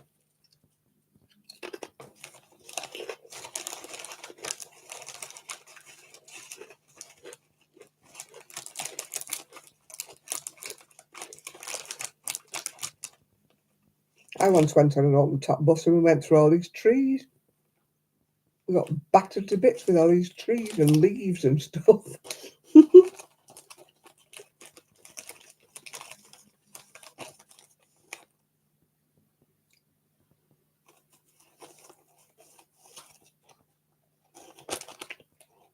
No, I had got. I only went on one once, and I tell you, we went through all these trees, and it wasn't raining, but the trees leaves were wet, so they were slapping you in the face, and all these leaves were dropping off, and everybody was getting wet through.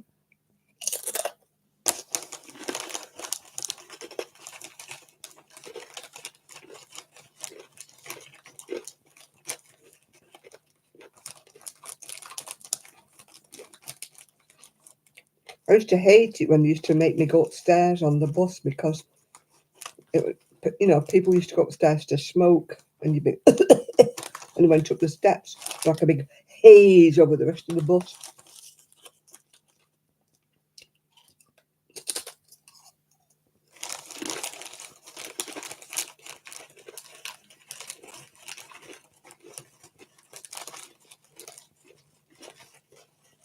And the conductor would say, "Upstairs, girls." And I used to say, "Do we have to?" "Yeah, you're young and fit. You can get up the stairs. Leave the downstairs for the older people."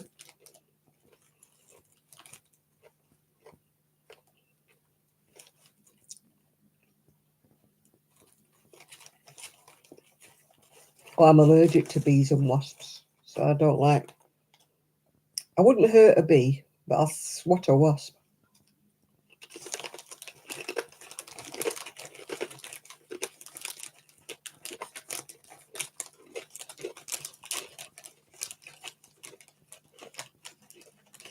Did you want some rain, Nerdy Stitcher?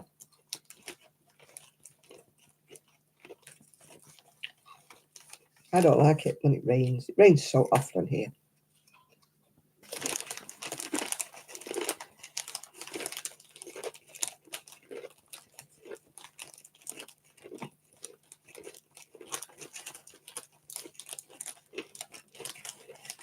Oh, it hasn't rained in a long time. Oh, God, we have so much rain.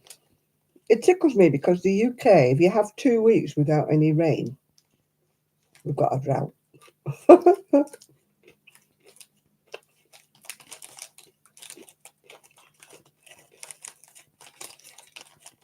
I try not to flap about when it's a bee or a wasp, but it's just instinctive, and like, ah, go away.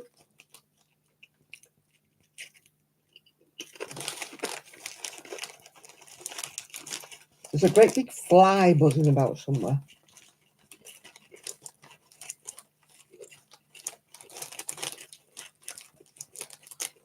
Yeah, it's a hosepipe ban if we have 2 weeks without rain here.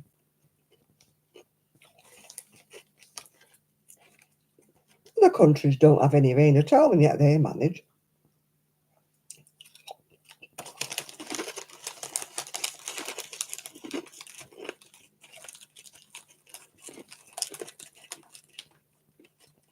It flows down the street, it goes down the drain, but it's the wrong kind of rain. Yeah, other countries manage.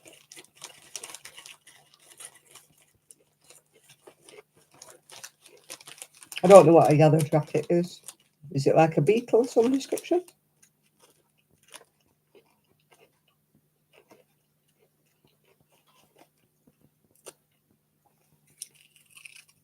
Oh, it's a wasp.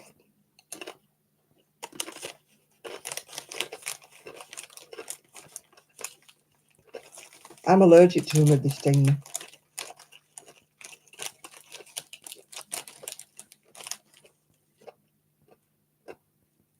I don't carry an EpiPen. I'm not that bad, but I do get allergic reaction.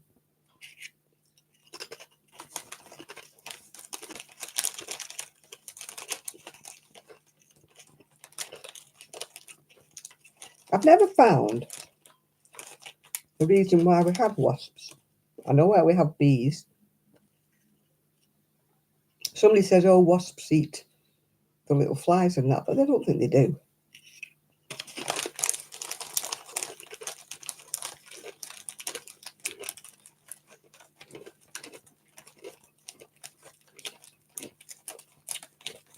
I don't know for what reason we have a wasp. I smack them. They get splatted.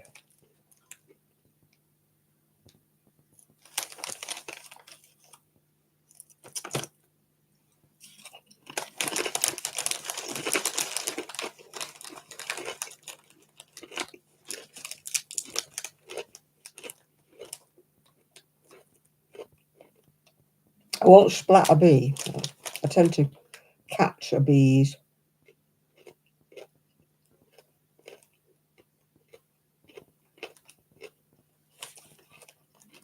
Bees are round and fat. Fluffy. Wasps have got like a long tail.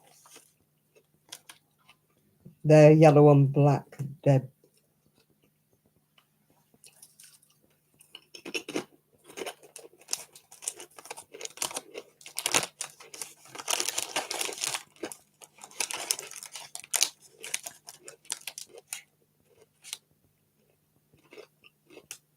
bees normally don't bother you unless you actually bother them.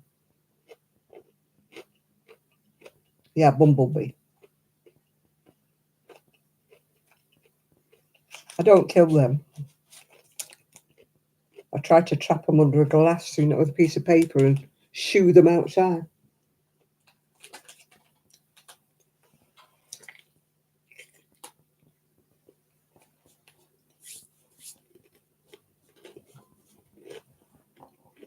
But I splat a wasp.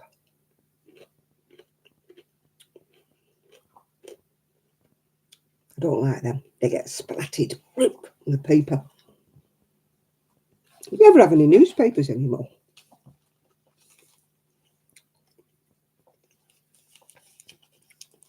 Yeah, they come dive bombing you, wasps, don't they? Bees don't. Bees only sting if you accidentally sort of shred on them, step on them, swat them by accident.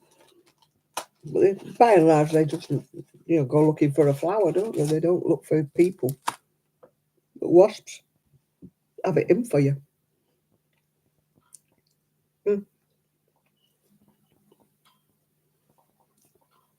No, wasps do. They just seem to have it in for humans, don't they?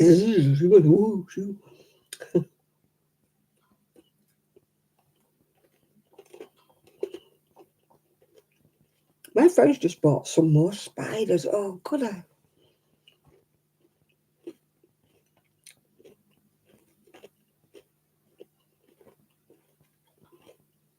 I said to her, she went to a spider exhibition, a vertebrae exhibition. They've got 5 now.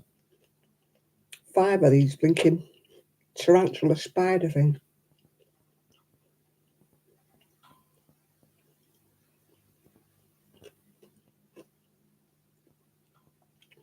What are those spiders like that?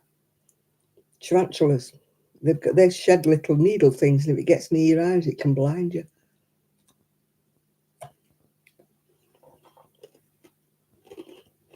If you handle a tarantula, it would want to be handled. Oh, they're not now. Why would you want one, Nathan? Hey, Barney.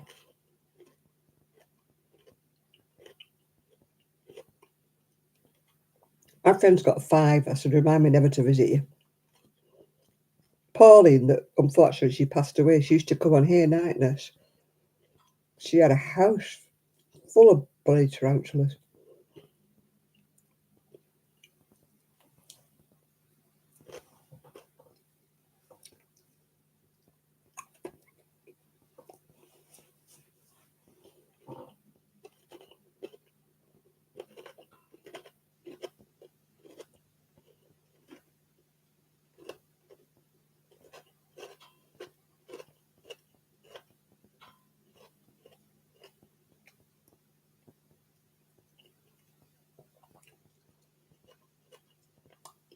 My son has 2 dogs and a load of fish.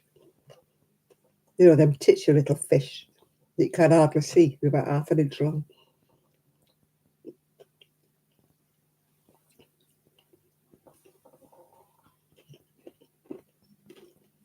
I can't look after a pet properly. I can't walk it, and it's not fair. My choice of chocolate is a crunchy bar. They've gone up from £1. They're now £1.20.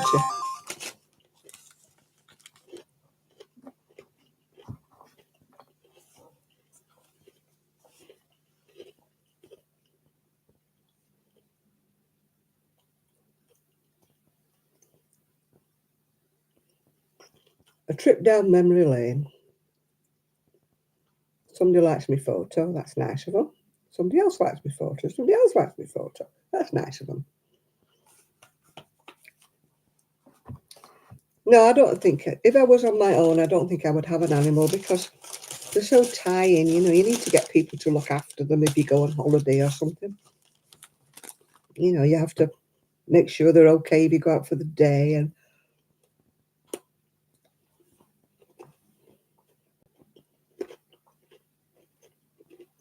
I mean, they're good company, but you know, you want to go on, I mean, not that I do go on holiday, but if you want to go on holiday, you've got to make sure somebody's there to look after your animal. Or if you've got a dog or a cat, put it in a cattery, put it in a doggery. A kennel, but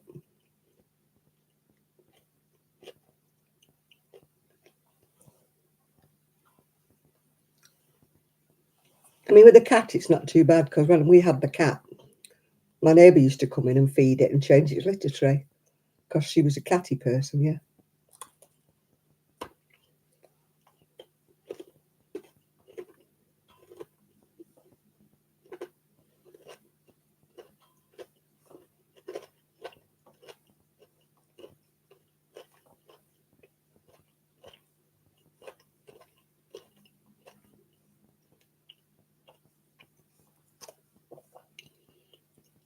I mean, I play with Rosie now and again when she lets me.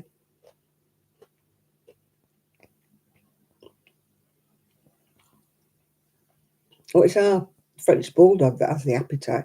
Rosie eats what she wants and then she stops and she walks away from it. But then we've got to watch the little one. She's got no stop. You know, she'd just eat and eat and eat while she popped. French bulldogs are just very greedy.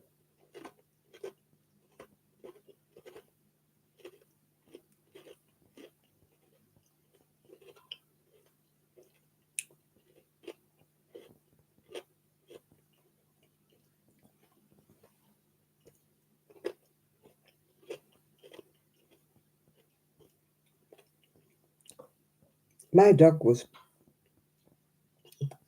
I'd get rid of all of his fleas and then he'd go for a walk in the clough, which was like long grass and that. And he'd always come back with the damn things.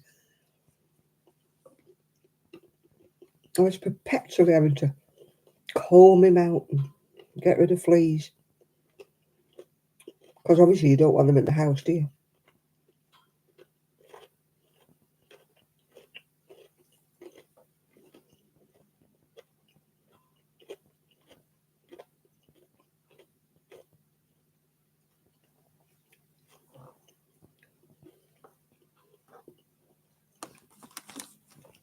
When we got ours at first, they used to be really bad if there was me looking after them and my son and daughter-in-law had gone out.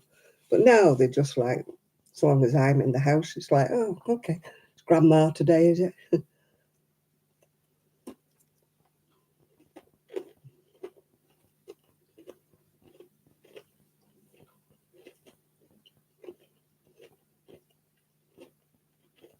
But Rosie's murder if you leave her. She just bark, bark, bark. If we all go out.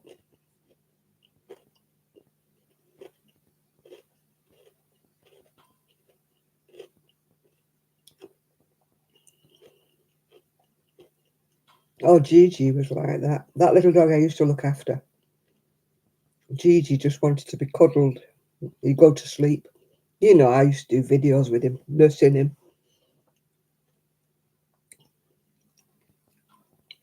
And every afternoon, he used to, once he'd had his lunch, we had to recline the recliner and go to sleep for an hour or two. He used to sleep on my chest, and he liked it if I had a shawl. I used to wrap him in the shawl. Didn't matter how hot it was. Wrap him in the shawl, and he'd go to sleep, and we'd sleep for about 2 hours every afternoon.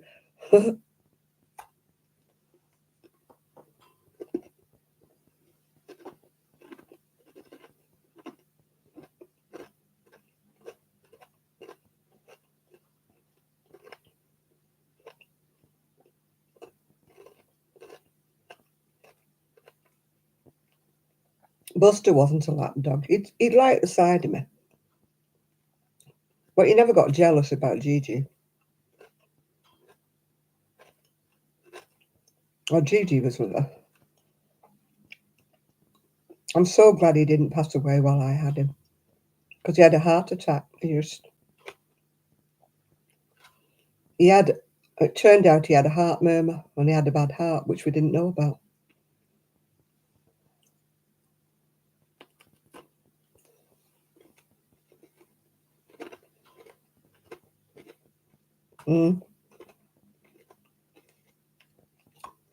Yeah, he was playing with his parents on the bed. Happily playing on the bed, and then he just dropped dead. It was such a shock. He was only 8. Chihuahuas can live till they're about 20. So he was relatively young, really. They were heartbroken because he was their baby. They had no children. He was their baby.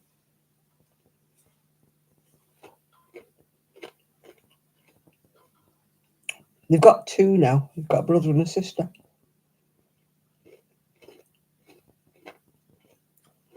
Lena and... Oh, God, what's the other one called?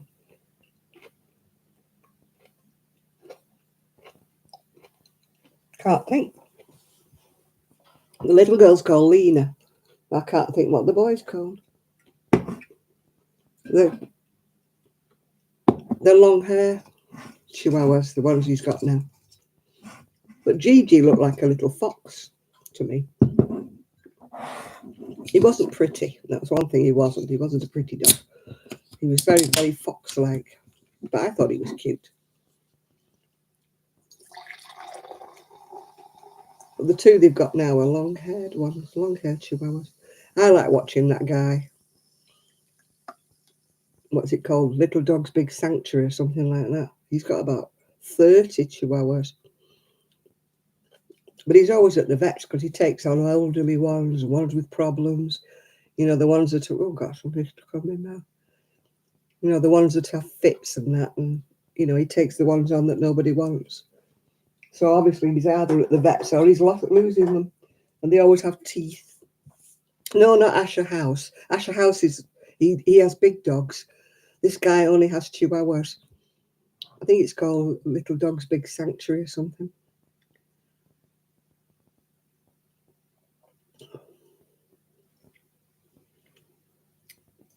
Yeah, Gigi was a little bit.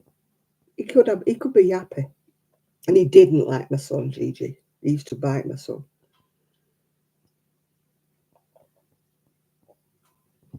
I said, well, it's your own fault for calling him a rat. He used to get the back of my son's calf every time my son came. Gigi'd run at him and go, and he said, ah, bloody rat, get him away from me. Yeah, he was lovely with me.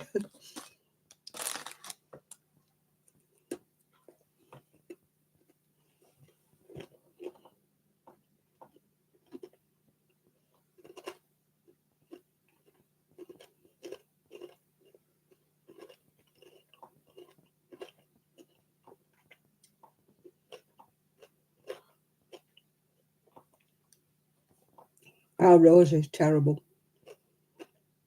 She won't let anybody in. She's been to three dog behavioural whatever classes and that.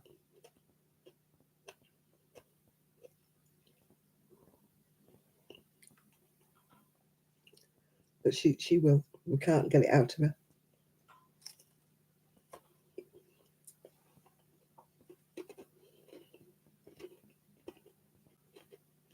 That's the one, Chris. Big Guy, Little World Sanctuaries. If you like Chihuahuas, he takes on all the little he calls them misfits. He rescues them that got, so you know, they've got like cerebral palsies and things, the ones that walk around in circles and ones that have bad teeth and stuff.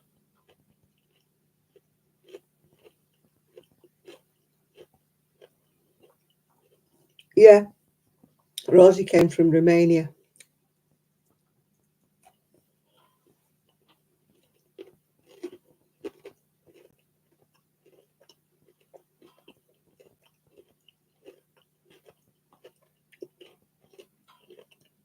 Sue's got two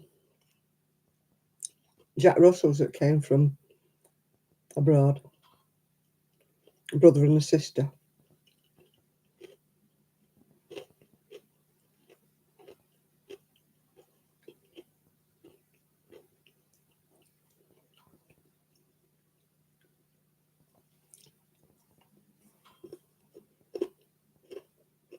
Bruno and I can't remember what the girl's called.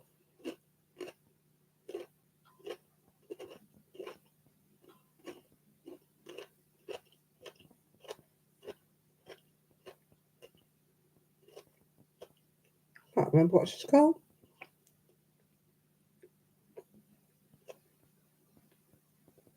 I should know. She tells me. It'll come to me when I'm not thinking about it. I like that watching that lady on YouTube. That one that's stitched by Mrs. D. She's got a cat called Ian, another one called Pauline. She lost a dog called Duncan. She's got another one called Lillian, and she just got a puppy now.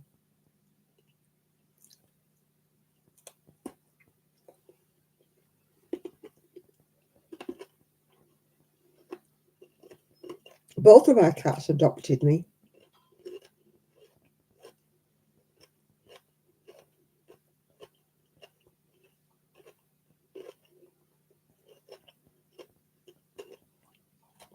Yeah, she's got a new one. Dennis is, yeah, Paula's dog. She's just got a puppy. Can't remember what she's called it though.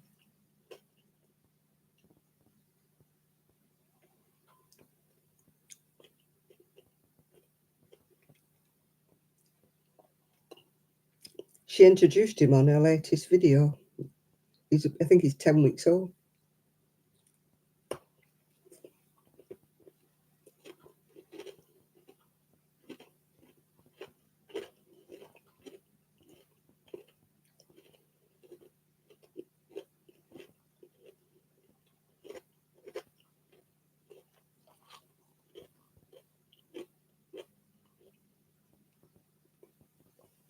Gary, that's what she's called it, yeah. She calls them all like human names, doesn't she?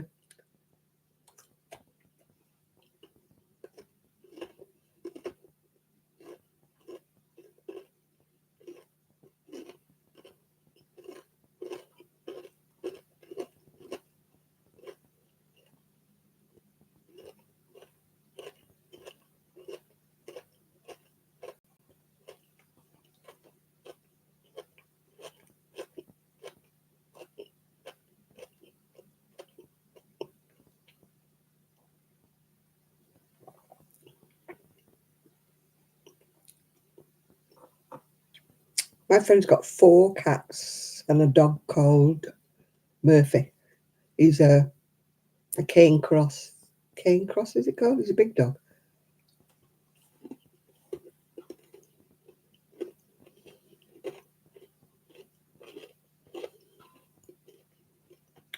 Gary.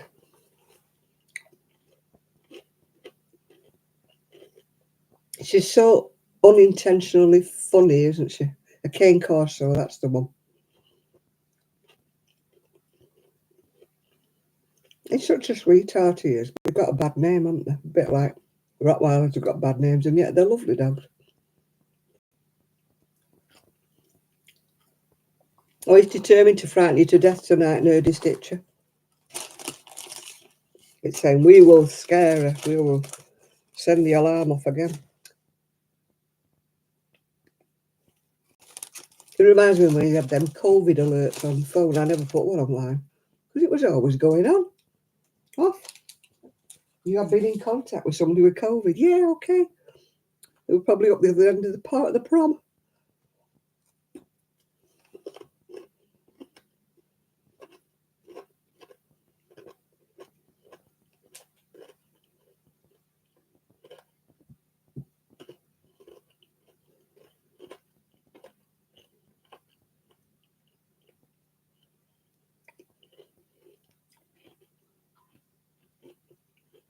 Oh, good night, Munchkin.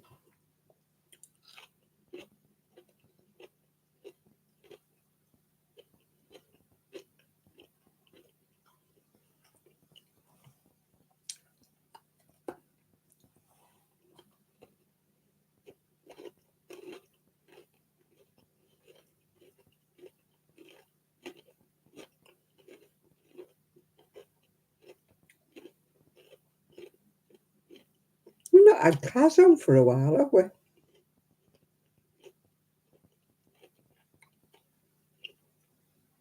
I've not even seen her on Facebook for a couple of weeks.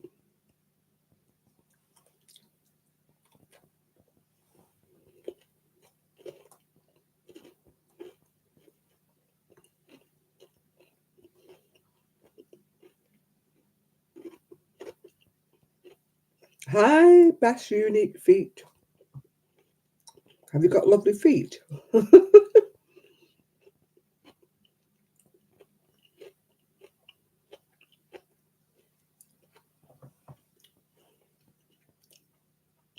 you do foot modelling? Have you got spectacular feet or have you got bunions?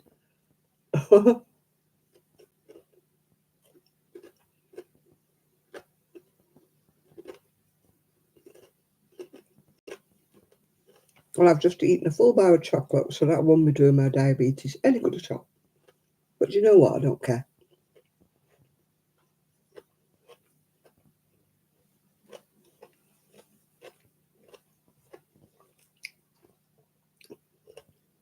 We're all mad on here, you know, but we're all right. We're very friendly and we don't bite. Our dogs might bite, but we don't. Oh no, you're on the wrong channel, love. We're crafters on here, love. We don't go in for things like that.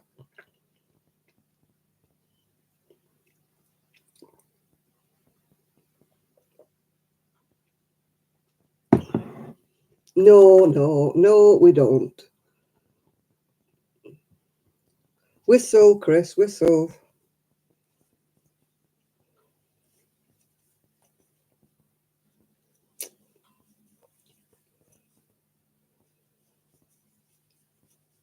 No, you're on the wrong channel, love.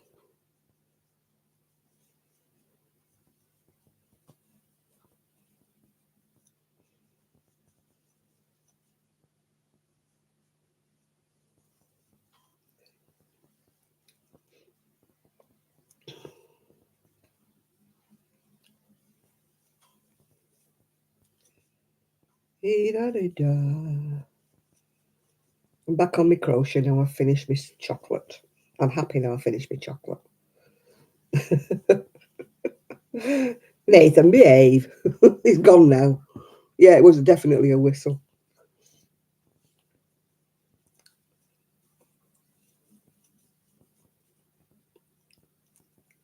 Who does he think I am? Sarah Ferguson? Doodle-doo-doo. I still haven't decided whether I'm keeping that dress or not. It's a bit beigey for me. I wanted the blue and white one, but it was miles too long for me. So I got that other one thinking, yeah, it'll be okay. But now I got it home, it's very beige. Maybe I can liven it up. You know me and beige. Beige is for when you're dead. Beige is when you're afraid of colour. I mean, the girl I knitted that sweater for, she said, I think you should go into bespoke knitting. And I went, no.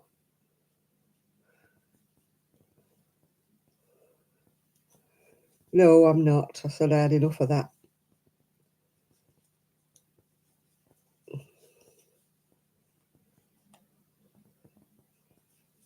Yeah, I'm not into feet. Obviously, I've got a pair because they hold me up occasionally, trip me up lots of times. But we've all got a pair.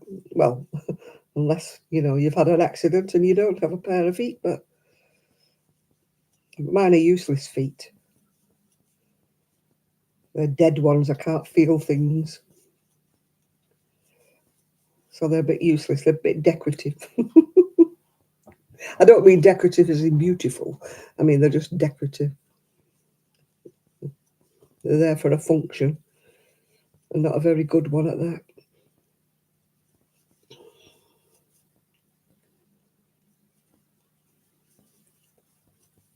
Talking about feet, I bought a bowl today.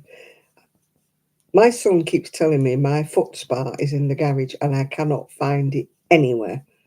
So I bought a washing up bowl today to stick my feet in. I don't know where I'm going to put it because they won't want it in the sink. That's for sure. I'll have to hide it somewhere.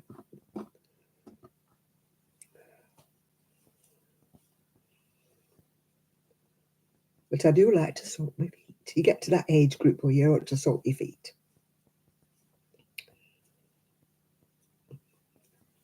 I always used to laugh when, my aunties or so, can't wait to soak my feet. I used to think, never get that old. And now I'm thinking, I want to soak my feet. I wanted my foot spa, but I don't know. I'm sure they've thrown it away. I cannot find it. They keep saying it's in the garage, but the garage has been tidied up and I can't find it. So it's definitely not in there.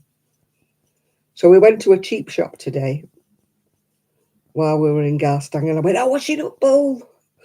She said, what do you want one of them for? I said, to put my feet in. It was only £2 something, so that'll do me. I'll go like that if I want to agitate it. Oh, I thought you meant a peachy, the other bit of peachy.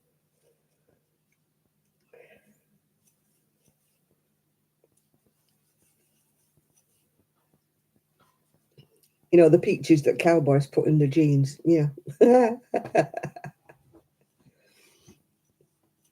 I love watching those cowboys that do that dancing, because they always have lovely tight jeans on, don't they? I mean, I know I'm old, but I can appreciate a nice one.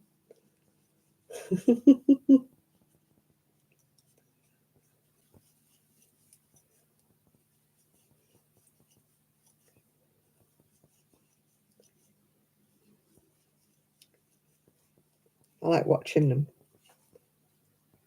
They do that line dancing thing, don't they? Where they do that sidestep turn and all that jazz. And they always look nice in them jeans. They usually have no shirt on because I think they're poor. And they haven't got a T-shirt on, have they,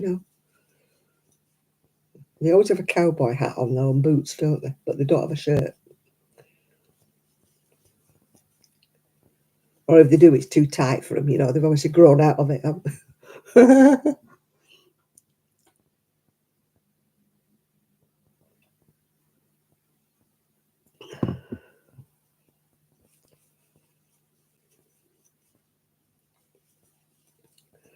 I sent Nathan a picture earlier on, and he said, "Who's that stood outside the shop?" I went, "No, I haven't sent it you for who stood outside the shop. The shop was called the Secret Stash, and I thought that was a great name for a wool shop." I don't know who it was that was stood outside. It was just somebody's picture on Facebook.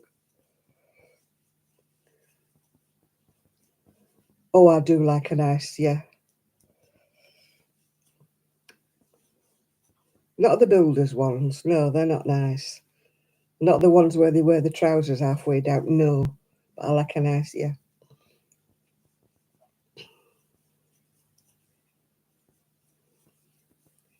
There's not many nice ones about because they always.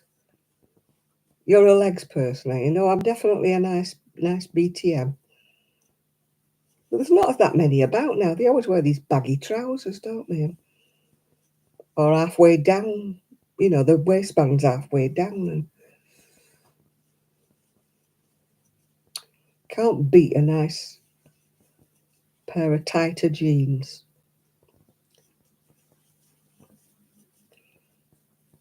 As long as they haven't got legs like pipe cleaners. You know, skinny legs. You know, like ostriches, birds' legs.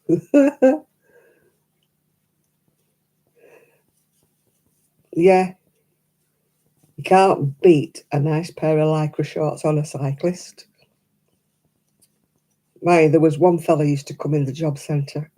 Ah, and the front view was, oh, no, I'm not going there. I wished he would have covered up a little or wore a longer t-shirt. It was not nice.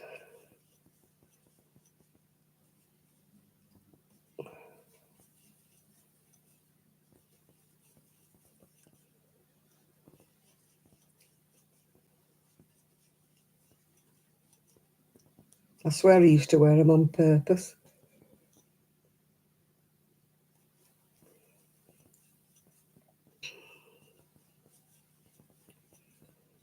It's funny though, I don't like, there was a girl walking in front of me the other day. And she was a very nice, pretty girl, but she had big calf muscles on. And it kind of didn't look nice. I mean, obviously maybe she worked out, or maybe she was a cyclist or a footballer or something, but she got these massive calves.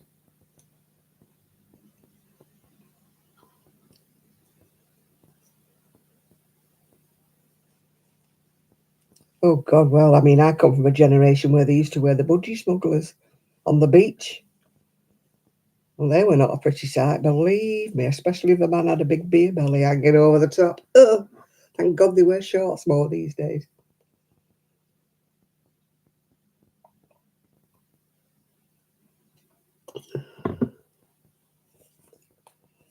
Yeah, middle-aged men wearing, you know, those, what do you call them, Speedos. Oh, not a pretty sight. Speedos are for the young and the fit. You know, the ones who actually, like, what's he called, Tom Daly, that actually Olympic swimmers. Everybody else should leave Speedos alone. Not a good look. Man, it's a bit like bikinis on. Bikinis on some ladies. They should not be wearing bikinis. I know they have a right to wear whatever it is they wish, but we have to look at them.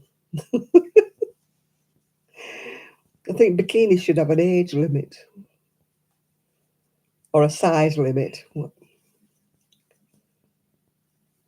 I mean, don't get me wrong, I used to wear a bikini, but not after the age of about 30. And I was a lot slimmer back then.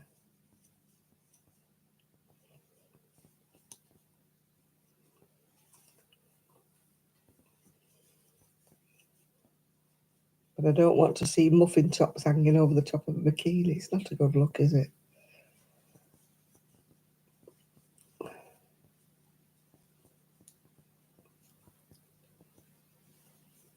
Oh, there was a girl walking towards me the other day, and she had the most fake looking implants I've ever seen. They just, oh, it just didn't look nice at all. It was like two tennis balls stuck up a t-shirt. They just weren't nice. And I'm like, what did you have that done for? You obviously didn't go to a very good surgeon.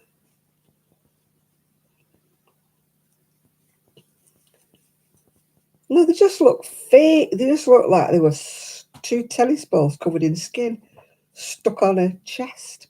They weren't moving about particularly. Well, they didn't look natural. They weren't natural, were they? But I mean, a lot of girls who have it done, they at least do look larger and natural. But these didn't. They looked absolutely fake.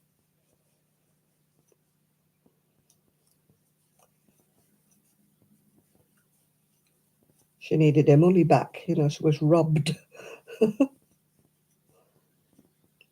She should have gone on that program. Was it called Botched? Yeah, we're looking at her when she was walking towards me. I thought, oh, God love. Did you pay good money for them and all?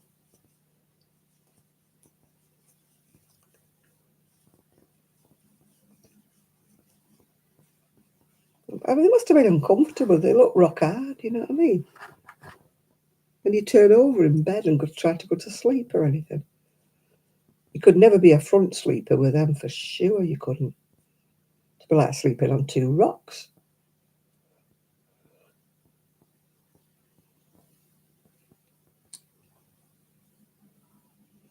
Yeah.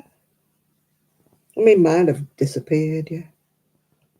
I used to have a lot bigger ones. But they used to match in because I had the bigger bum as well. The bigger tummy.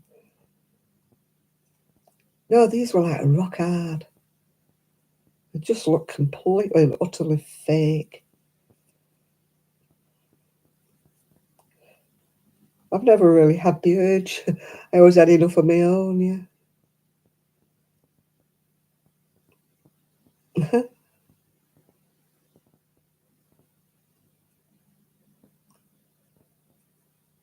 Yeah, I've got a belly. I never had after I'd had my baby. I don't know where I got this belly from. Old age and slack muscles, I presume. I've got the belly that I should have had after I'd had a baby, but I never did. My friends used to hate me because I'd snap back into shape. What kind of exercises have you done to get rid of your belly? I said, I never had one. And I didn't. The belly I've got now came after I'd had a hysterectomy. I think they cut through the muscles, you know, after I'd had my hysterectomy. And no matter how much I exercised, it won't snap back. No, I've only ever had surgery because I've had to have surgery. I've never had any surgery for vanity. I mean, when I had my nose done, because it had been broken, it finished up worse than what it was before I started. Yeah, I mean, I've only had surgery and hernia stitcher for things I've had to have done. I've never had anything done. I mean, my nose job wasn't for vanity. It came out worse than what it was when I started.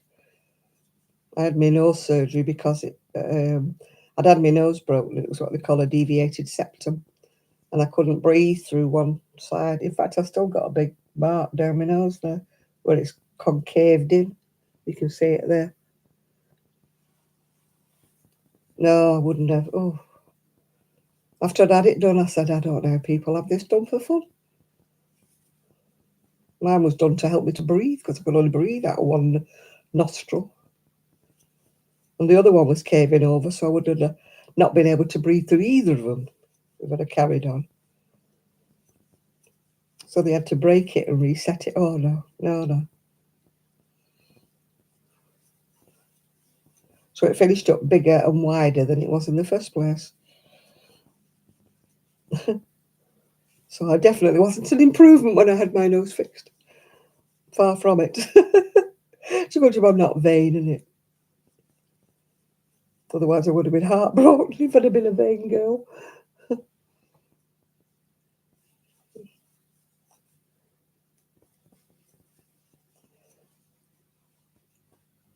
Well, I had a hysterectomy, a bit like a C-section, but that was enough.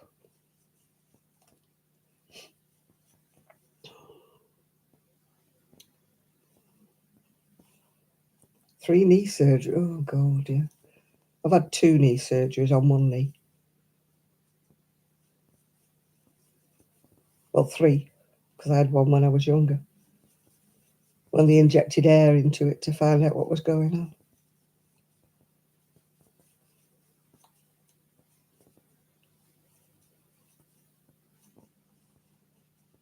God, you should have seen the size of it when they injected air into it.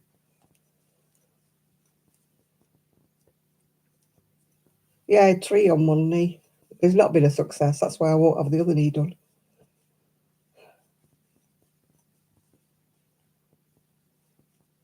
I've only had 1 knee replacement, yeah.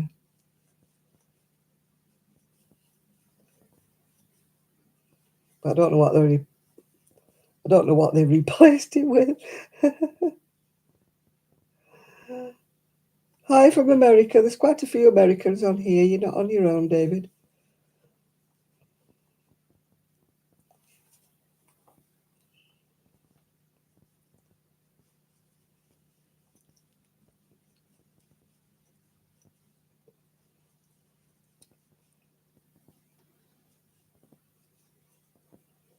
Tra-la-la, la-la-la-la. I'm getting tired now. I was up quite early. I didn't know what time my niece was coming. As it turned out, she didn't get here till lunchtime because she went to the hairdresser's first. But I had to be ready just in case. Yeah, we've got quite a lot of Americans on here. You're not on your own.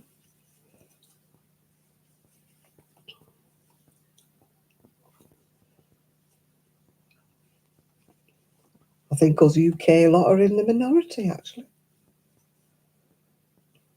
Just trying to think who's on here from the UK. Shan, Nathan, me.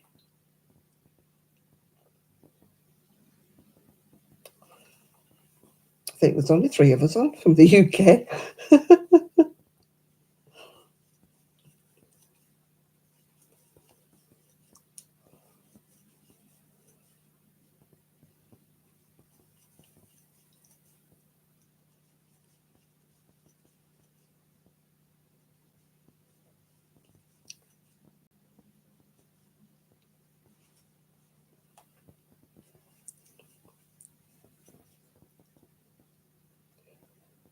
Yeah, Nathan, Shan, me. Who else is in the UK? Anybody else in the UK besides us 3?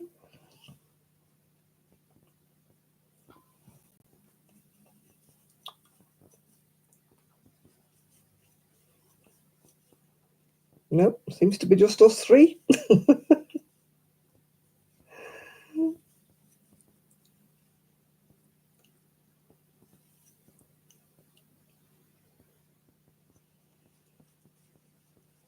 Ain't nobody here but us chickens. Ain't nobody here at all. 1, 2, 3, 4, 5, 6, 7, 8, 9, 10, 11 before I increase. 1, 2, 3, 4, 5, 6, 7, 8, 9, 10. One more row. Yeah, we're in the minority. We're getting a bit used to being the minority in this country, aren't we, Sean? Or are we not allowed to say that?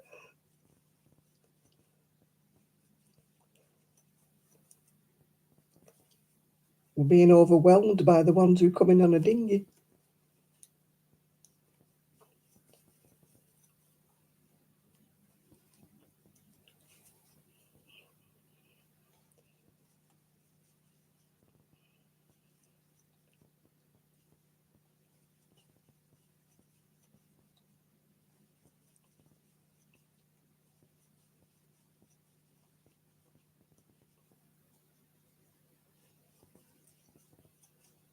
Now, you see, if Kaz had come in, she was another one from the UK.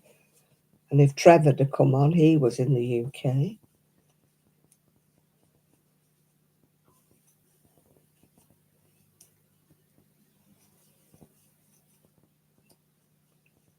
Don't know who else was usually in the UK. Like we said, that Northwest Fun Fair, he was in the UK.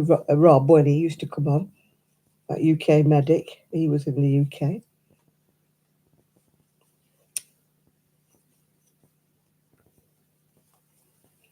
Val, when she used to come in as Eric, but she's on holiday, so she won't be coming on tonight. She'll be playing bingo or something in the hotel, or doing quiz night.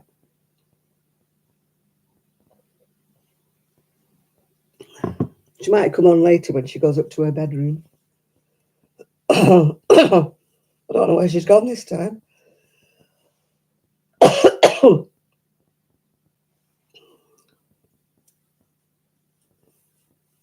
Yeah, there's only us that knows what builder's brew is.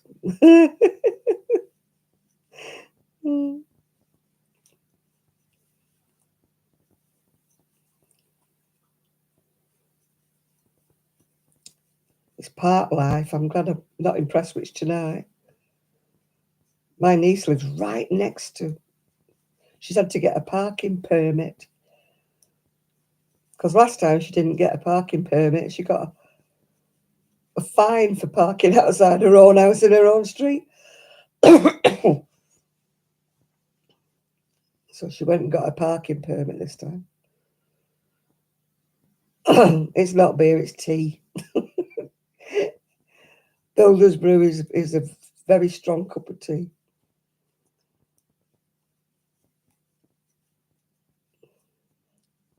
But only the English or the British understand that, builder's brew.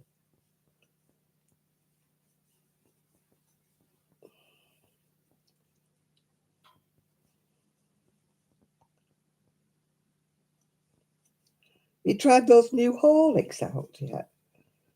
You know, the Horlicks, that Stitched by Mrs. D, she's been buying them. Different flavoured Horlicks. I thought, well, I don't fancy that.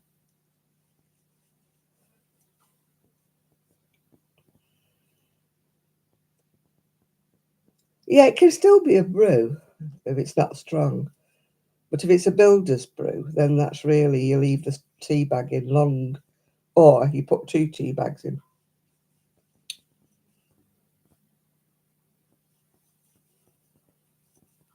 Traditional, they're supposed to like it really strong. Not like Nat's pea.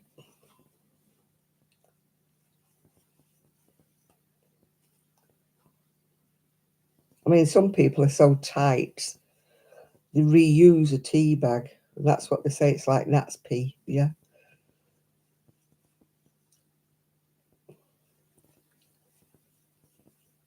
Oh, I bet that struggled out the teapot. Too young to be out on its own.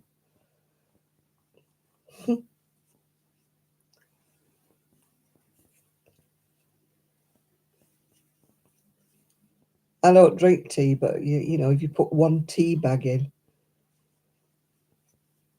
and it's a big teapot, you know, because you're too tight to put, like, you know, 1 for each person and 1 for the pot, yeah.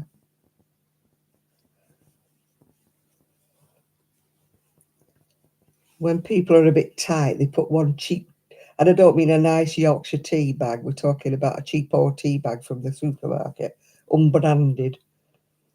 And they put 1 tea bag in, a great big tea pot. And it comes out looking like, I don't know, Chinese tea, what have they got, green tea? Comes out looking like that. Put a drop of milk in it and it looks like it's white. I don't like tea at all, but I never did like strong tea. I like my tea bag being waved at the water.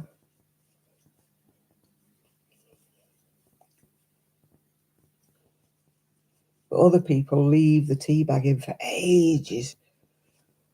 And it's really, really strong, and I don't like that taste. at all.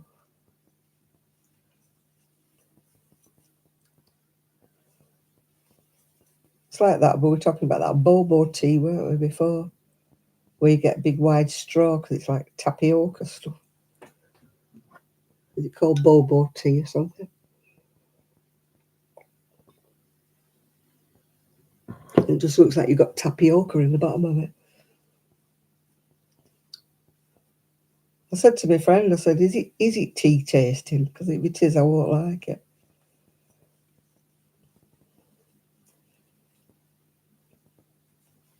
Have you tried those other teas, Sean? Those like biscuit teas and all that lot. I mean, I don't like tea anyway, so I don't think I'd like the biscuit tea.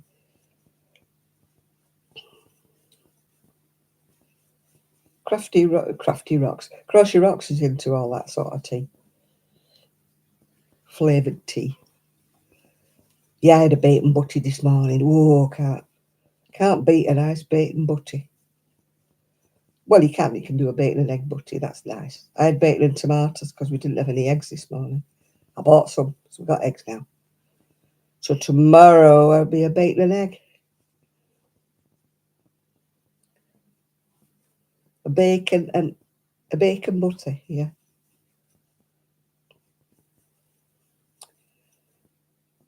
Bait is what some people call a packed lunch.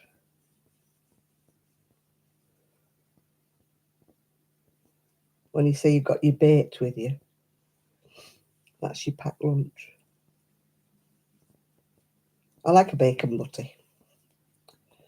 I've got some oven bottom muffins, so I'll be having a couple of rashers of bacon on an oven bottom muffin with an egg tomorrow because I bought some eggs today. So I've got some eggies.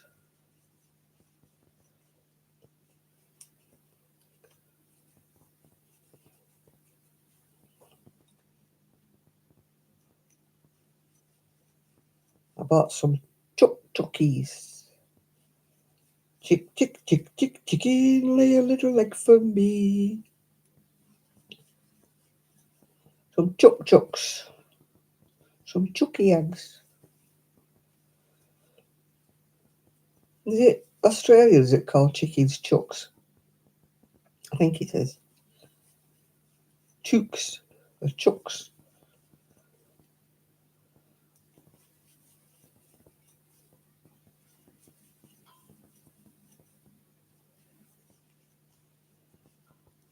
Yeah, I watched Sheila's video when I finished on here before I go to bed. Oh, I forgot to do an increase on that side. I'm so stupid.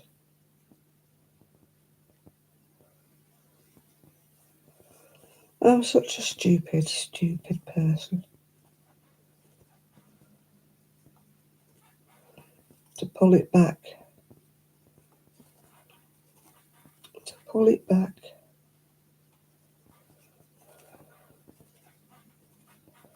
I hate pulling rows back, but I forgot to do the increase.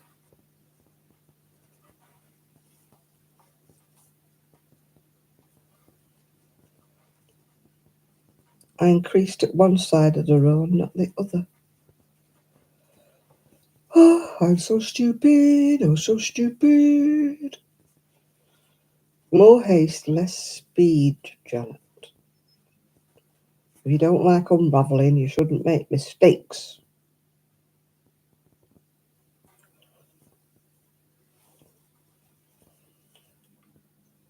And I don't say frog because I hate that word.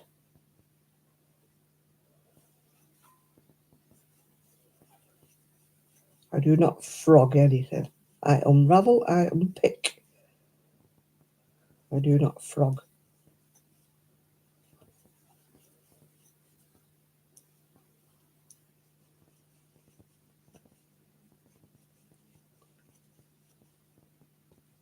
It's funny how you don't like certain things, certain words, yeah. I just don't like it. I don't understand why they say it, but I just don't like it.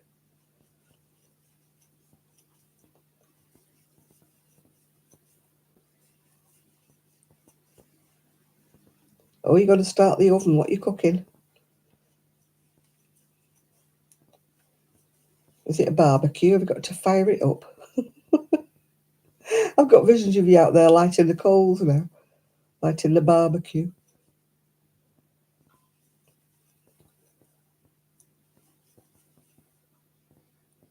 You just got a roller kiddo from G. Is G throwing his weight around?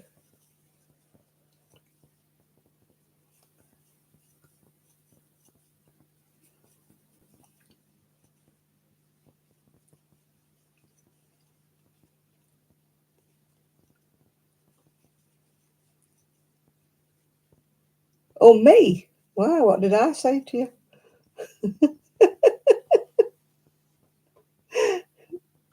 What did I say?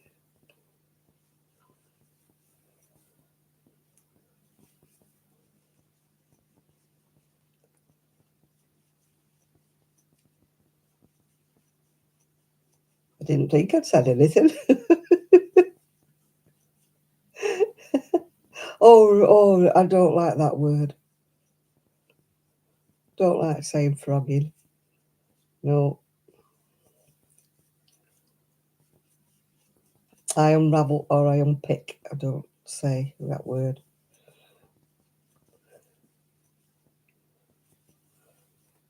It's just a personal preference. I just don't like saying it.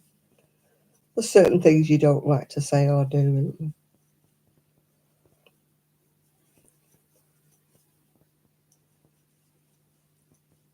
I never liked it when people used to write on Ravelry my OH, in other words, other half, or my D something other. It. And if you just write the word out.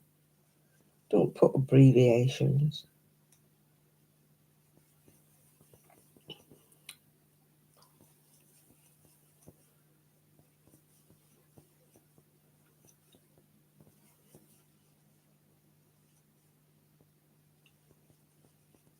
When they used to say OH, I used to think old husband. Not other half, old husband.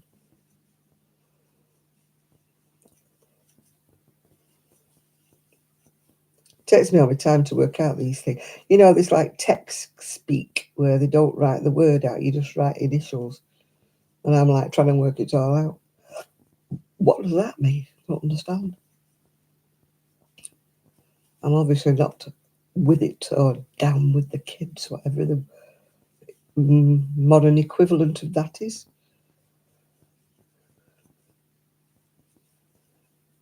I'm out of touch.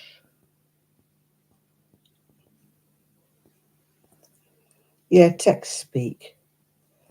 It's bad enough when they do it on the phone, but when they bring it into proper language,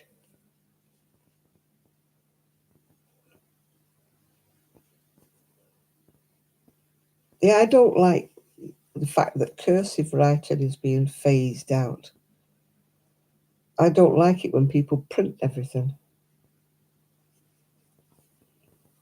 I feel like it's like shouting at me when it's all printed. I like the old-fashioned loopy, proper handwriting. Somebody was saying the other day, like they used to give out prizes, didn't they, for neat handwriting and that. No kids would get that these days. And a lot of people can't read it. You know, the real, what we used to call real writing, cursive. A lot of people can't read. I can't write any other way. I can only write cursive. To me, like writing a letter in printing takes forever. Whereas like cursive writing, you just, it all joins up. It's just lazy because people just don't want to learn it.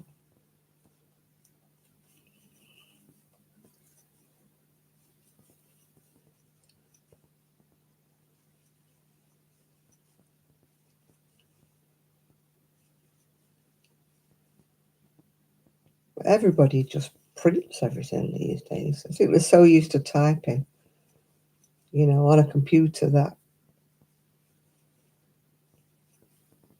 I mean, if we were to write like this computer's just written everything, it would take you far longer than it would do if you were doing cursive writing. Because you have to break off after each letter. Start again. Whereas if you're doing that, you do. And it just flows along.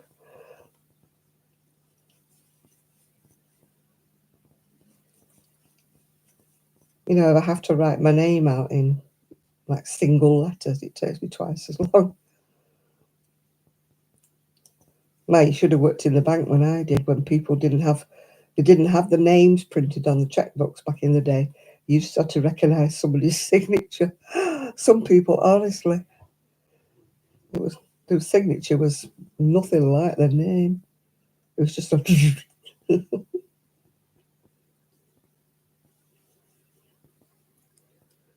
You've got your strong English breakfast brew. I went off tea when I was pregnant with my son. And I've never gone back to it. I still can't drink it. And yet I was brought up on tea, drank tea all my life. It was what you got given from being tiny, being a baby. You got given weak tea. There was no pops and fizzy drinks or anything for us a lot. It was tea or nothing. Oh, you occasionally got a drink of milk if you had milk left over your mum. But we didn't. We only used to buy a pint a day, I think, or something daft. So it always went in tea. I'm cold. Oh, I'm cold. I don't know why I'm cold, but I am. Yeah, kids didn't get pop. We didn't get.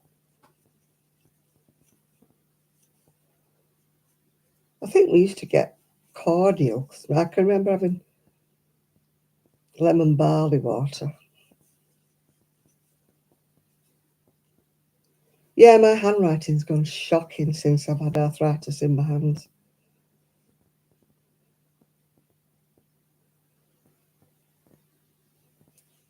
Yeah, we didn't have anything. You know, we didn't have Horlicks or anything like that. Your oven heating up. How long does it take? I never pre-warm the oven. I just put it on. Add another 5 minutes onto anything what I'm supposed to be cooking. 400 F, that's blooming hot. What are you making?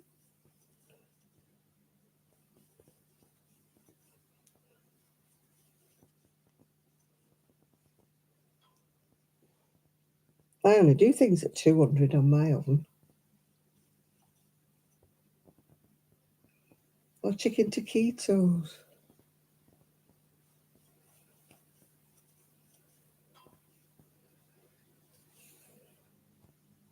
No, we had the pop man used to come, you know, those great big stone earthenware jug things. We used to have those very occasionally. And it was usually only in the winter because my mum wanted to use the bottles as hot water bottles. You know, these just big stone bottles that you put boiling water in. They were all right till they fell out of bed in the middle of the night and woke the whole house up. They must have been really thick though, because they never broke.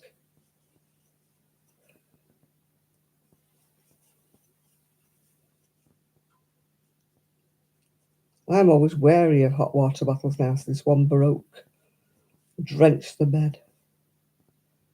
I have those pad things that you put in the microwave. You know, the fuller bean things, aren't they? You put them in the microwave. Yeah, occasionally we'd get lemonade, but we never had pop as a rule. You got water, didn't you, really, if I think about it? Occasionally you drink a milk, like you say, at bedtime.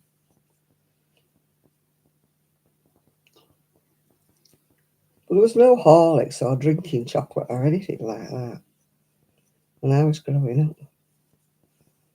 That's probably why I don't drink enough now, is because I never drank when I was a kid because I didn't like water.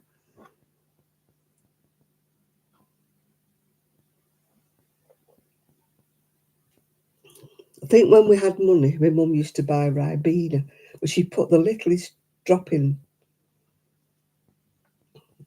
It was only that the water would be vaguely pink because she put the tiniest little drop of Ribena in.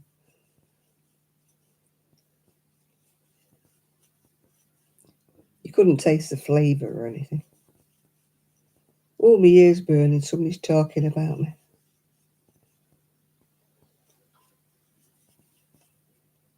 It won't be anything nice. It never is.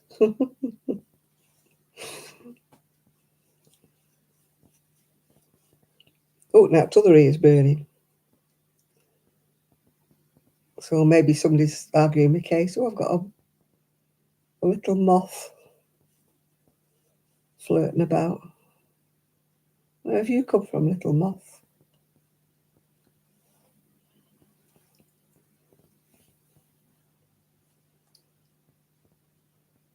Oh, we never got crisps. Crisps was something that was a very, very occasionally get crisps. If you were hungry, it was bread and butter. And if you said you didn't want bread and butter, my mother used to say, well, you can't be hungry then. Don't think we even got toast. We got porridge for our breakfast mostly. Proper porridge. It wasn't like, ready break or anything. My mum used to make a pan of porridge.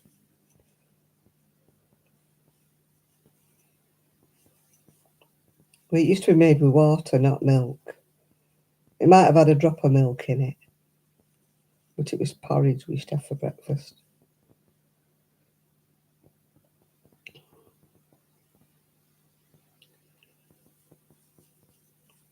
Well, I used to get Lucozade sometimes if I was poorly.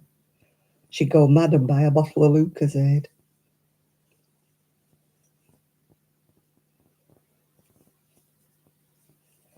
The only chocolate I used to get was my mum used to work at Meredith and Drew, and they made biscuits.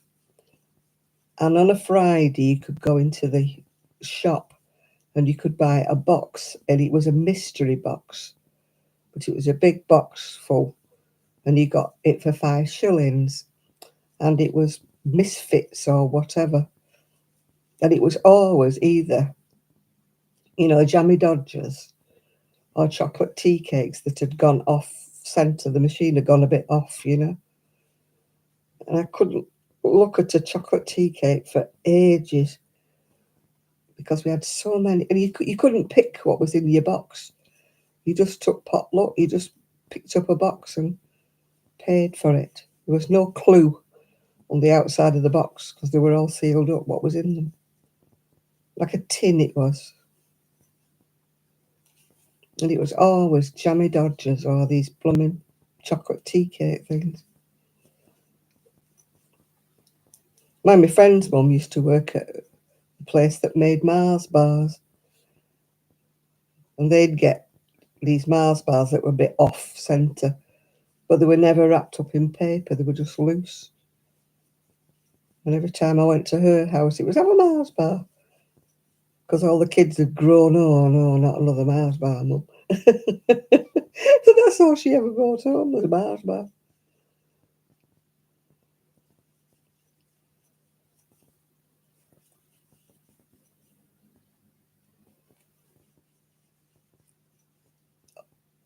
Do you remember when you used to get a bag of broken biscuits? They were really, really cheap. They used to sell them at the co-op. You could get a bag of broken biscuits.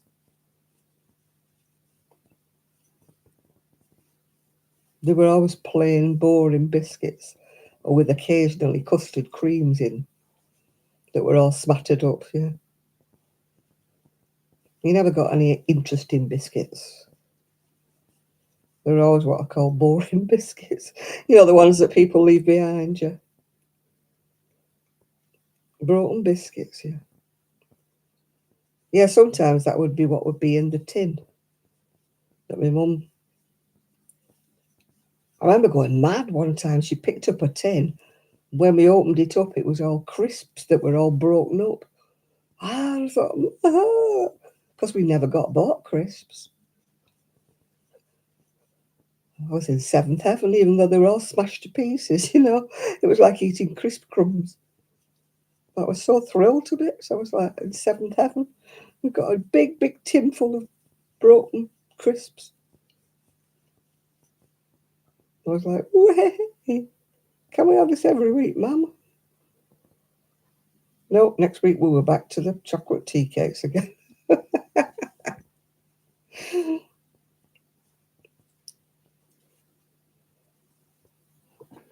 Funny how you remember things from your childhood, isn't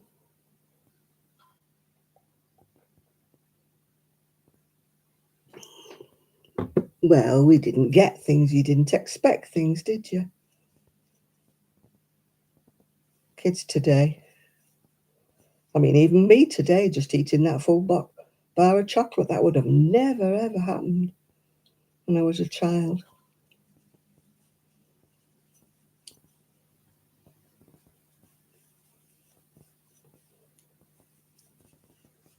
You know, you were lucky if you got a couple of tiny little sweets, midget gems or something. I remember being at infant school and, you know, they didn't give out stars when you were good. You got dolly mixtures. Little teeny weeny dolly mixtures you got given if you've been good. You get 2 of those, yeah. Well, there weren't such a thing as a Mackie D when I was growing up. We got Wimpy bars. When I was about 17, I think they opened up a Wimpy bar. But there was no McDonald's back then. Definitely no KFCs. Yeah, Wimpy. They were better than other Wimpy bars. They didn't taste as much better. They used to cook them for you. They weren't all like pre-done in a box like. Yeah, we used to get dolly mixtures at school. Big treat that, because it was rationing. There was somebody sweet coupons went to buy those dolly mixtures.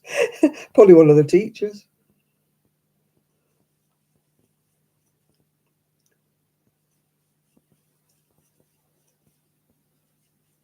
Mrs. Andrews and Mrs. Butterworth. They were my infant school teachers. I can still remember them. I don't know whether they were Mrs. or whether they were just, it was Miss Butterworth, I think.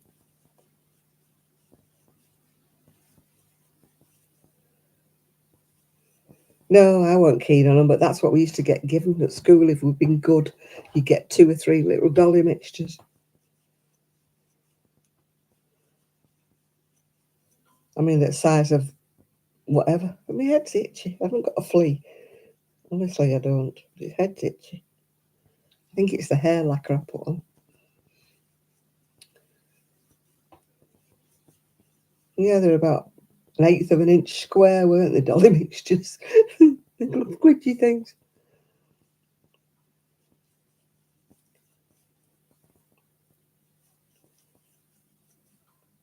And when sweets came off ration, you could never afford a quarter. You only could afford 2 ounces. Well, I could anyway. And I used to get things like cherry lips because you got more. They used to come in a little 3-cornered bag, didn't they, if you wanted 2 ounces, yeah.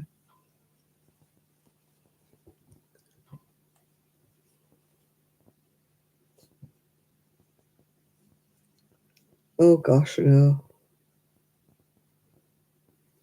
We never had any.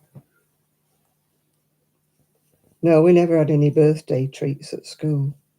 You know, like they do now, where somebody brings sweets in, hands them round to the class. It's never anything like that. Your birthday, you were lucky if somebody sang happy birthday to you. You never even got a dolly mixture.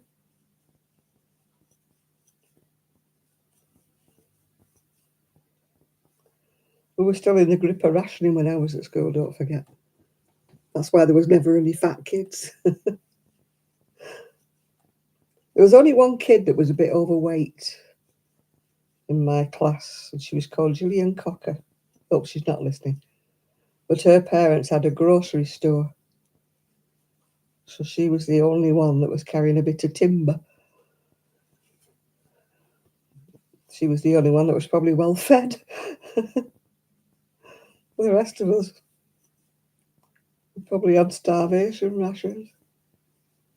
That's why we were all skinny. My dad used to say I had legs like knots in bits of string.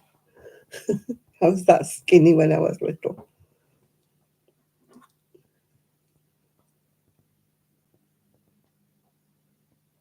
Oh, good night, Esther. Nighty nighty.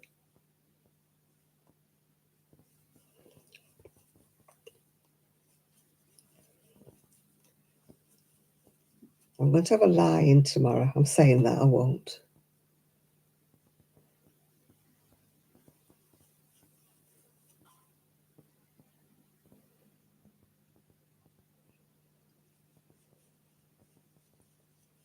Are you saying good night, Christina? Are you going as well?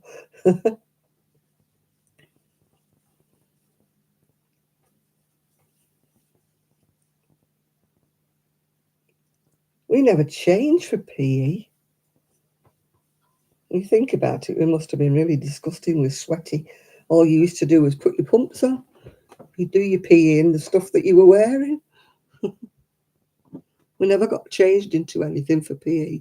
Not when we were in the little school. It's only when we got into mine was a girls' school. My leg's itching and I don't want to itch it because it hurts when I itch it. But it's itching.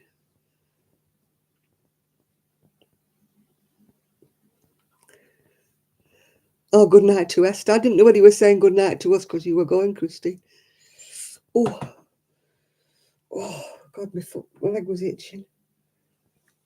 I hate itching it because then it hurts.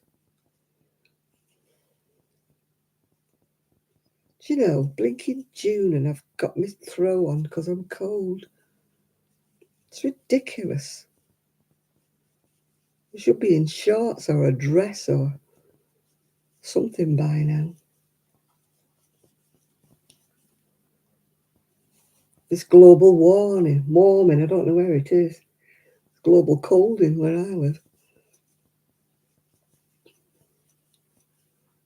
My niece had come from Manchester and she said it was cold and raining in Manchester. So it wasn't just here. But here it's the wind more than anything. It comes off the sea. Really cold.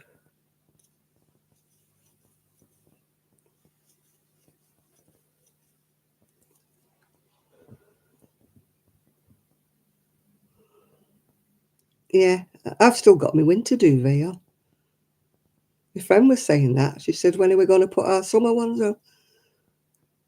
I usually take my winter one to the laundrette, and I take it off and wash it and put it away and put my summer one on. And then the same thing happens when I take my summer one off, I take it to the laundrette.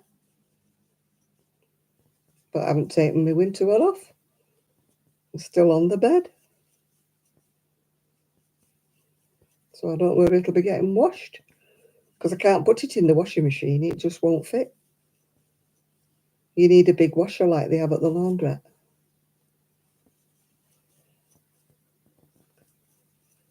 But it's not cheap. I think it costs about 20 quid to get a duvet washed.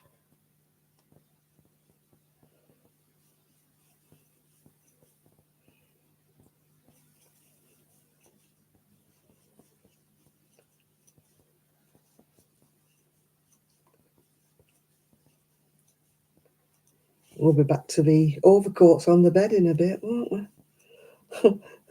Wearing our coats to bed.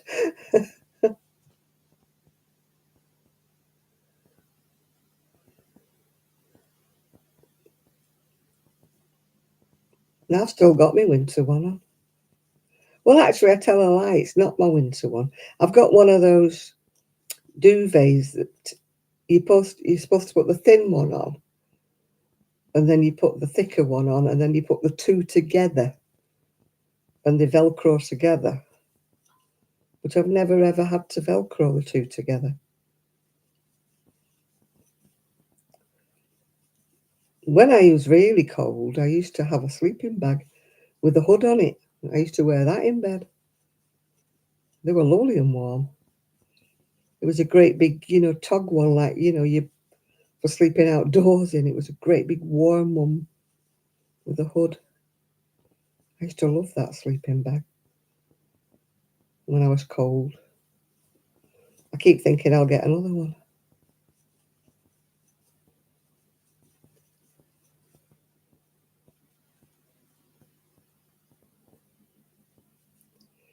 Yeah, mine was one that you're supposed to Velcro it together. I've never had the two Velcro together though, so I've never been that cold. Although it's tempting. I might rake it out and zip it together.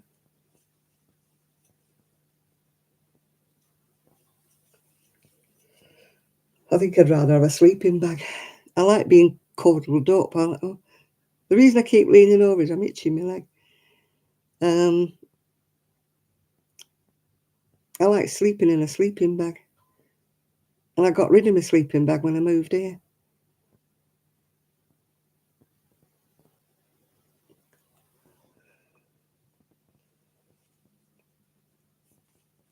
It would be nice to have a sleeping bag with a hood.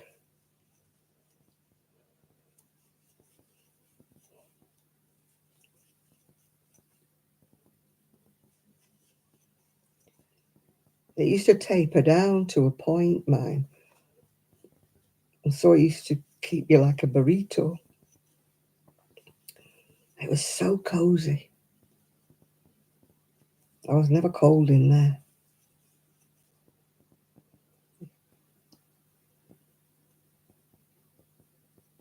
No matter if it snowed or anything, I was never cold in that.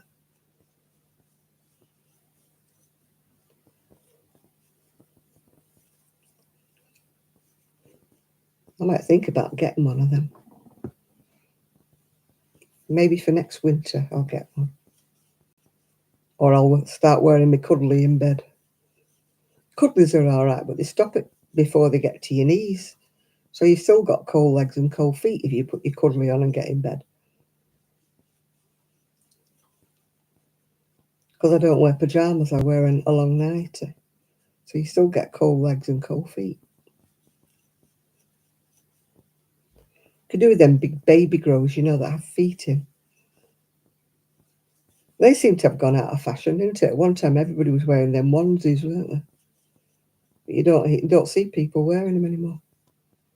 Everybody had a onesie but me. I never bought one. Like a giant baby grow.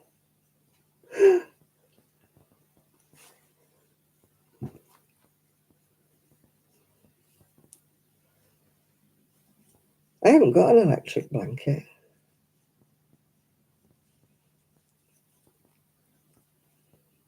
I haven't had an electric blanket for years.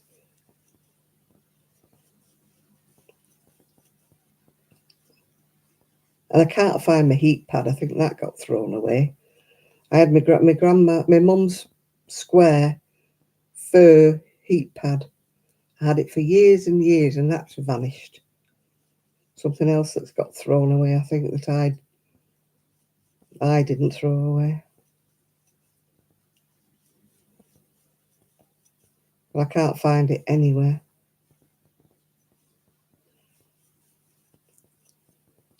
I loved that. It was only about the size of a cushion, but I used to love that.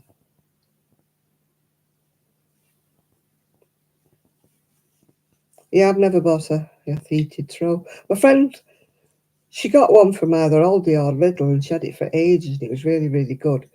And then when it went on her, she bought a better one, so she thought, a branded one. And she said it doesn't get half as warm, and it, hasn't lasted as long.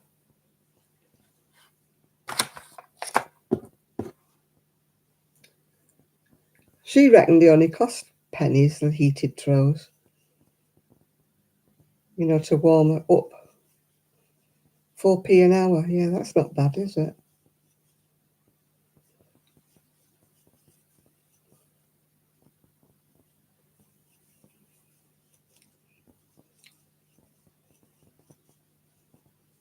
I wear a cardigan in bed when it's really cold, over the top of me. And I don't wear sexy nighties, trust me. I wear the long sleeve, the like long sleeve t-shirts. They came from, oh God, what's that deer shop called? My sister-in-law bought them for me. Not Fruit of the Loom, it's, oh gosh, it's one of those deer shops. You can buy online. Oh, this leg is itching me like crackers. Oh, oh my God.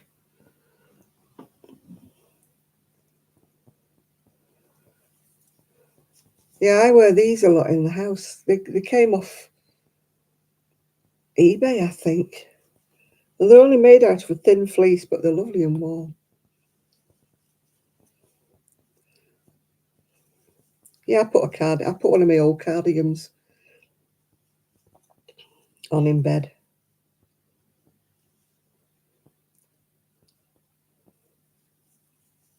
Vanity Fair. Isn't that a magazine, Denise?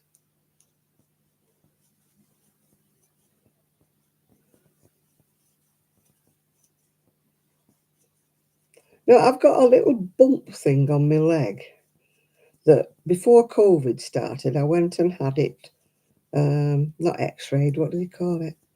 Ultrasounded. And the bloke who was the technician said it was a cyst, but it was on in an awkward place. It was on one of my veins in my leg. And it would be really difficult to remove it because it would probably be worse. But then I didn't get any diagnosis because COVID hit. And I got this bloke rang me up who couldn't understand one word he said. He was really, really thick Pakistani accent. And he kept trying to tell me it was nerve damage. And anyway, I went to the doctors when I was here and I said to him it was itching and it was like a lump. And he goes, a varicose vein. And I went, no, it's not a varicose vein. I said I'd had it scanned. And they said it was like a cyst on a nerve. No, no, it's a varicose vein. They don't do varicose vein operations now, he says. But every now and again it itches. No, it's not fruit of the loom. I can't think what it's called. And it's a very expensive range that does like t-shirts and stuff. But whenever you buy anything from them, they last and last and last. Oh, my leg, I can't stand it anymore. It's just itching so much.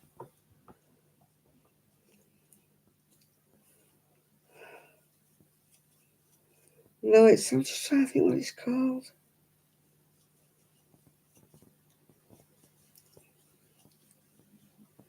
Dinner time for you. Well, enjoy your dinner, nerdy stitcher. You managed to get your oven to the right heat to put your dinner in.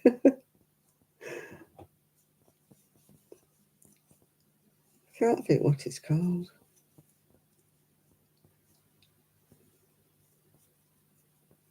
Cotton Traders, that's the one.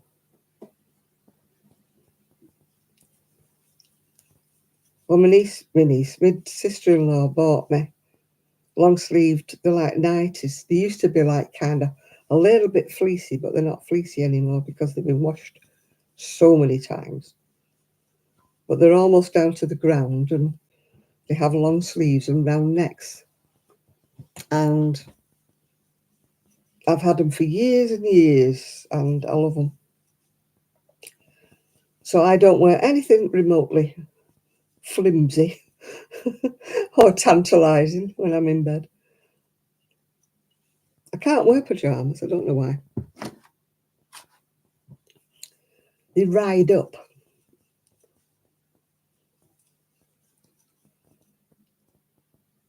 I must toss and turn or twist about.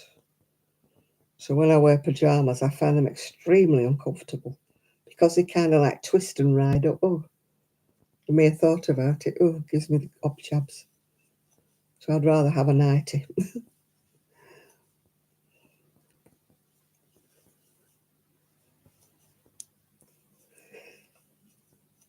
used to put my PJs on when I came home from work, when I was working. But then I would change into my nightie to sleep. I would just wear my PJs in the house. I had a lovely pair of satin ones and that. I sold them all before I came here. I don't wander around in my caftans anymore, and I don't get changed now until I'm going to bed. When I lived on my own, I used to, change into my bed stuff quite early on so I could be comfy. But I don't do it here. It's too cold. Now my leg's twinging now because I've scratched it. Well, at least sore is better than itchy, innit? Oh, it's the witching hour. It's time for me to go to beddy bows. Woohoo! I've done quite a lot. I've done one sleeve up to there and that sleeve up to there. I've done quite a lot tonight. I've crocheted the best part of 350 grams.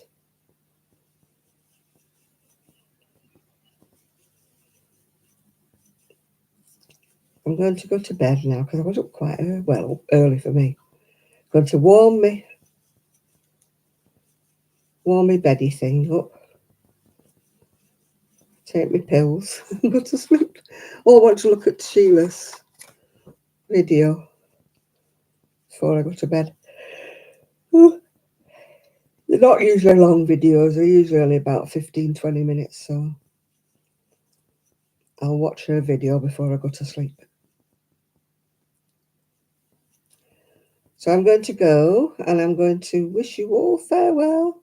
Thank you all for keeping me company and thank you for giving me 45 thumbs up. And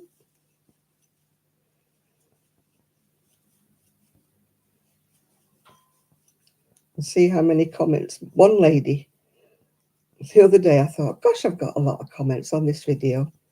And they were all from the same lady. She must watch part of the video and then start putting a comment and then watch another bit of the video and put another comment. So I had about 8 comments, but they were all from the same lady. Still, beggars can't be choosers. Yeah, thanks for Chris, and I'm really glad you've got your new your new chair. I hope you will have many, many rides out in your new chair. Makes a difference when you're comfy, doesn't it? I feel your pain. Just going on that little scooter today, bumping up and down. It played havoc with me back. So I'm going to watch Sheila, and then I'm going to warm my whatever it is. Yeah, I'm off now. Yeah, it's the witching hour, and I'm getting tired now. And my nose is as red as I don't know what. Yeah. Yeah. Oh my gosh, it's cold. Yeah, well, thank you all for keeping me company. Hopefully I'm going to make a video maybe tomorrow because I've got, well, I'll show you one cardigan and then I'll keep the other cardigan for when I make another video. Then I've got subject matter for 2 videos then. So bye for now, and I'll speak to you all very, very soon. Bye, everybody.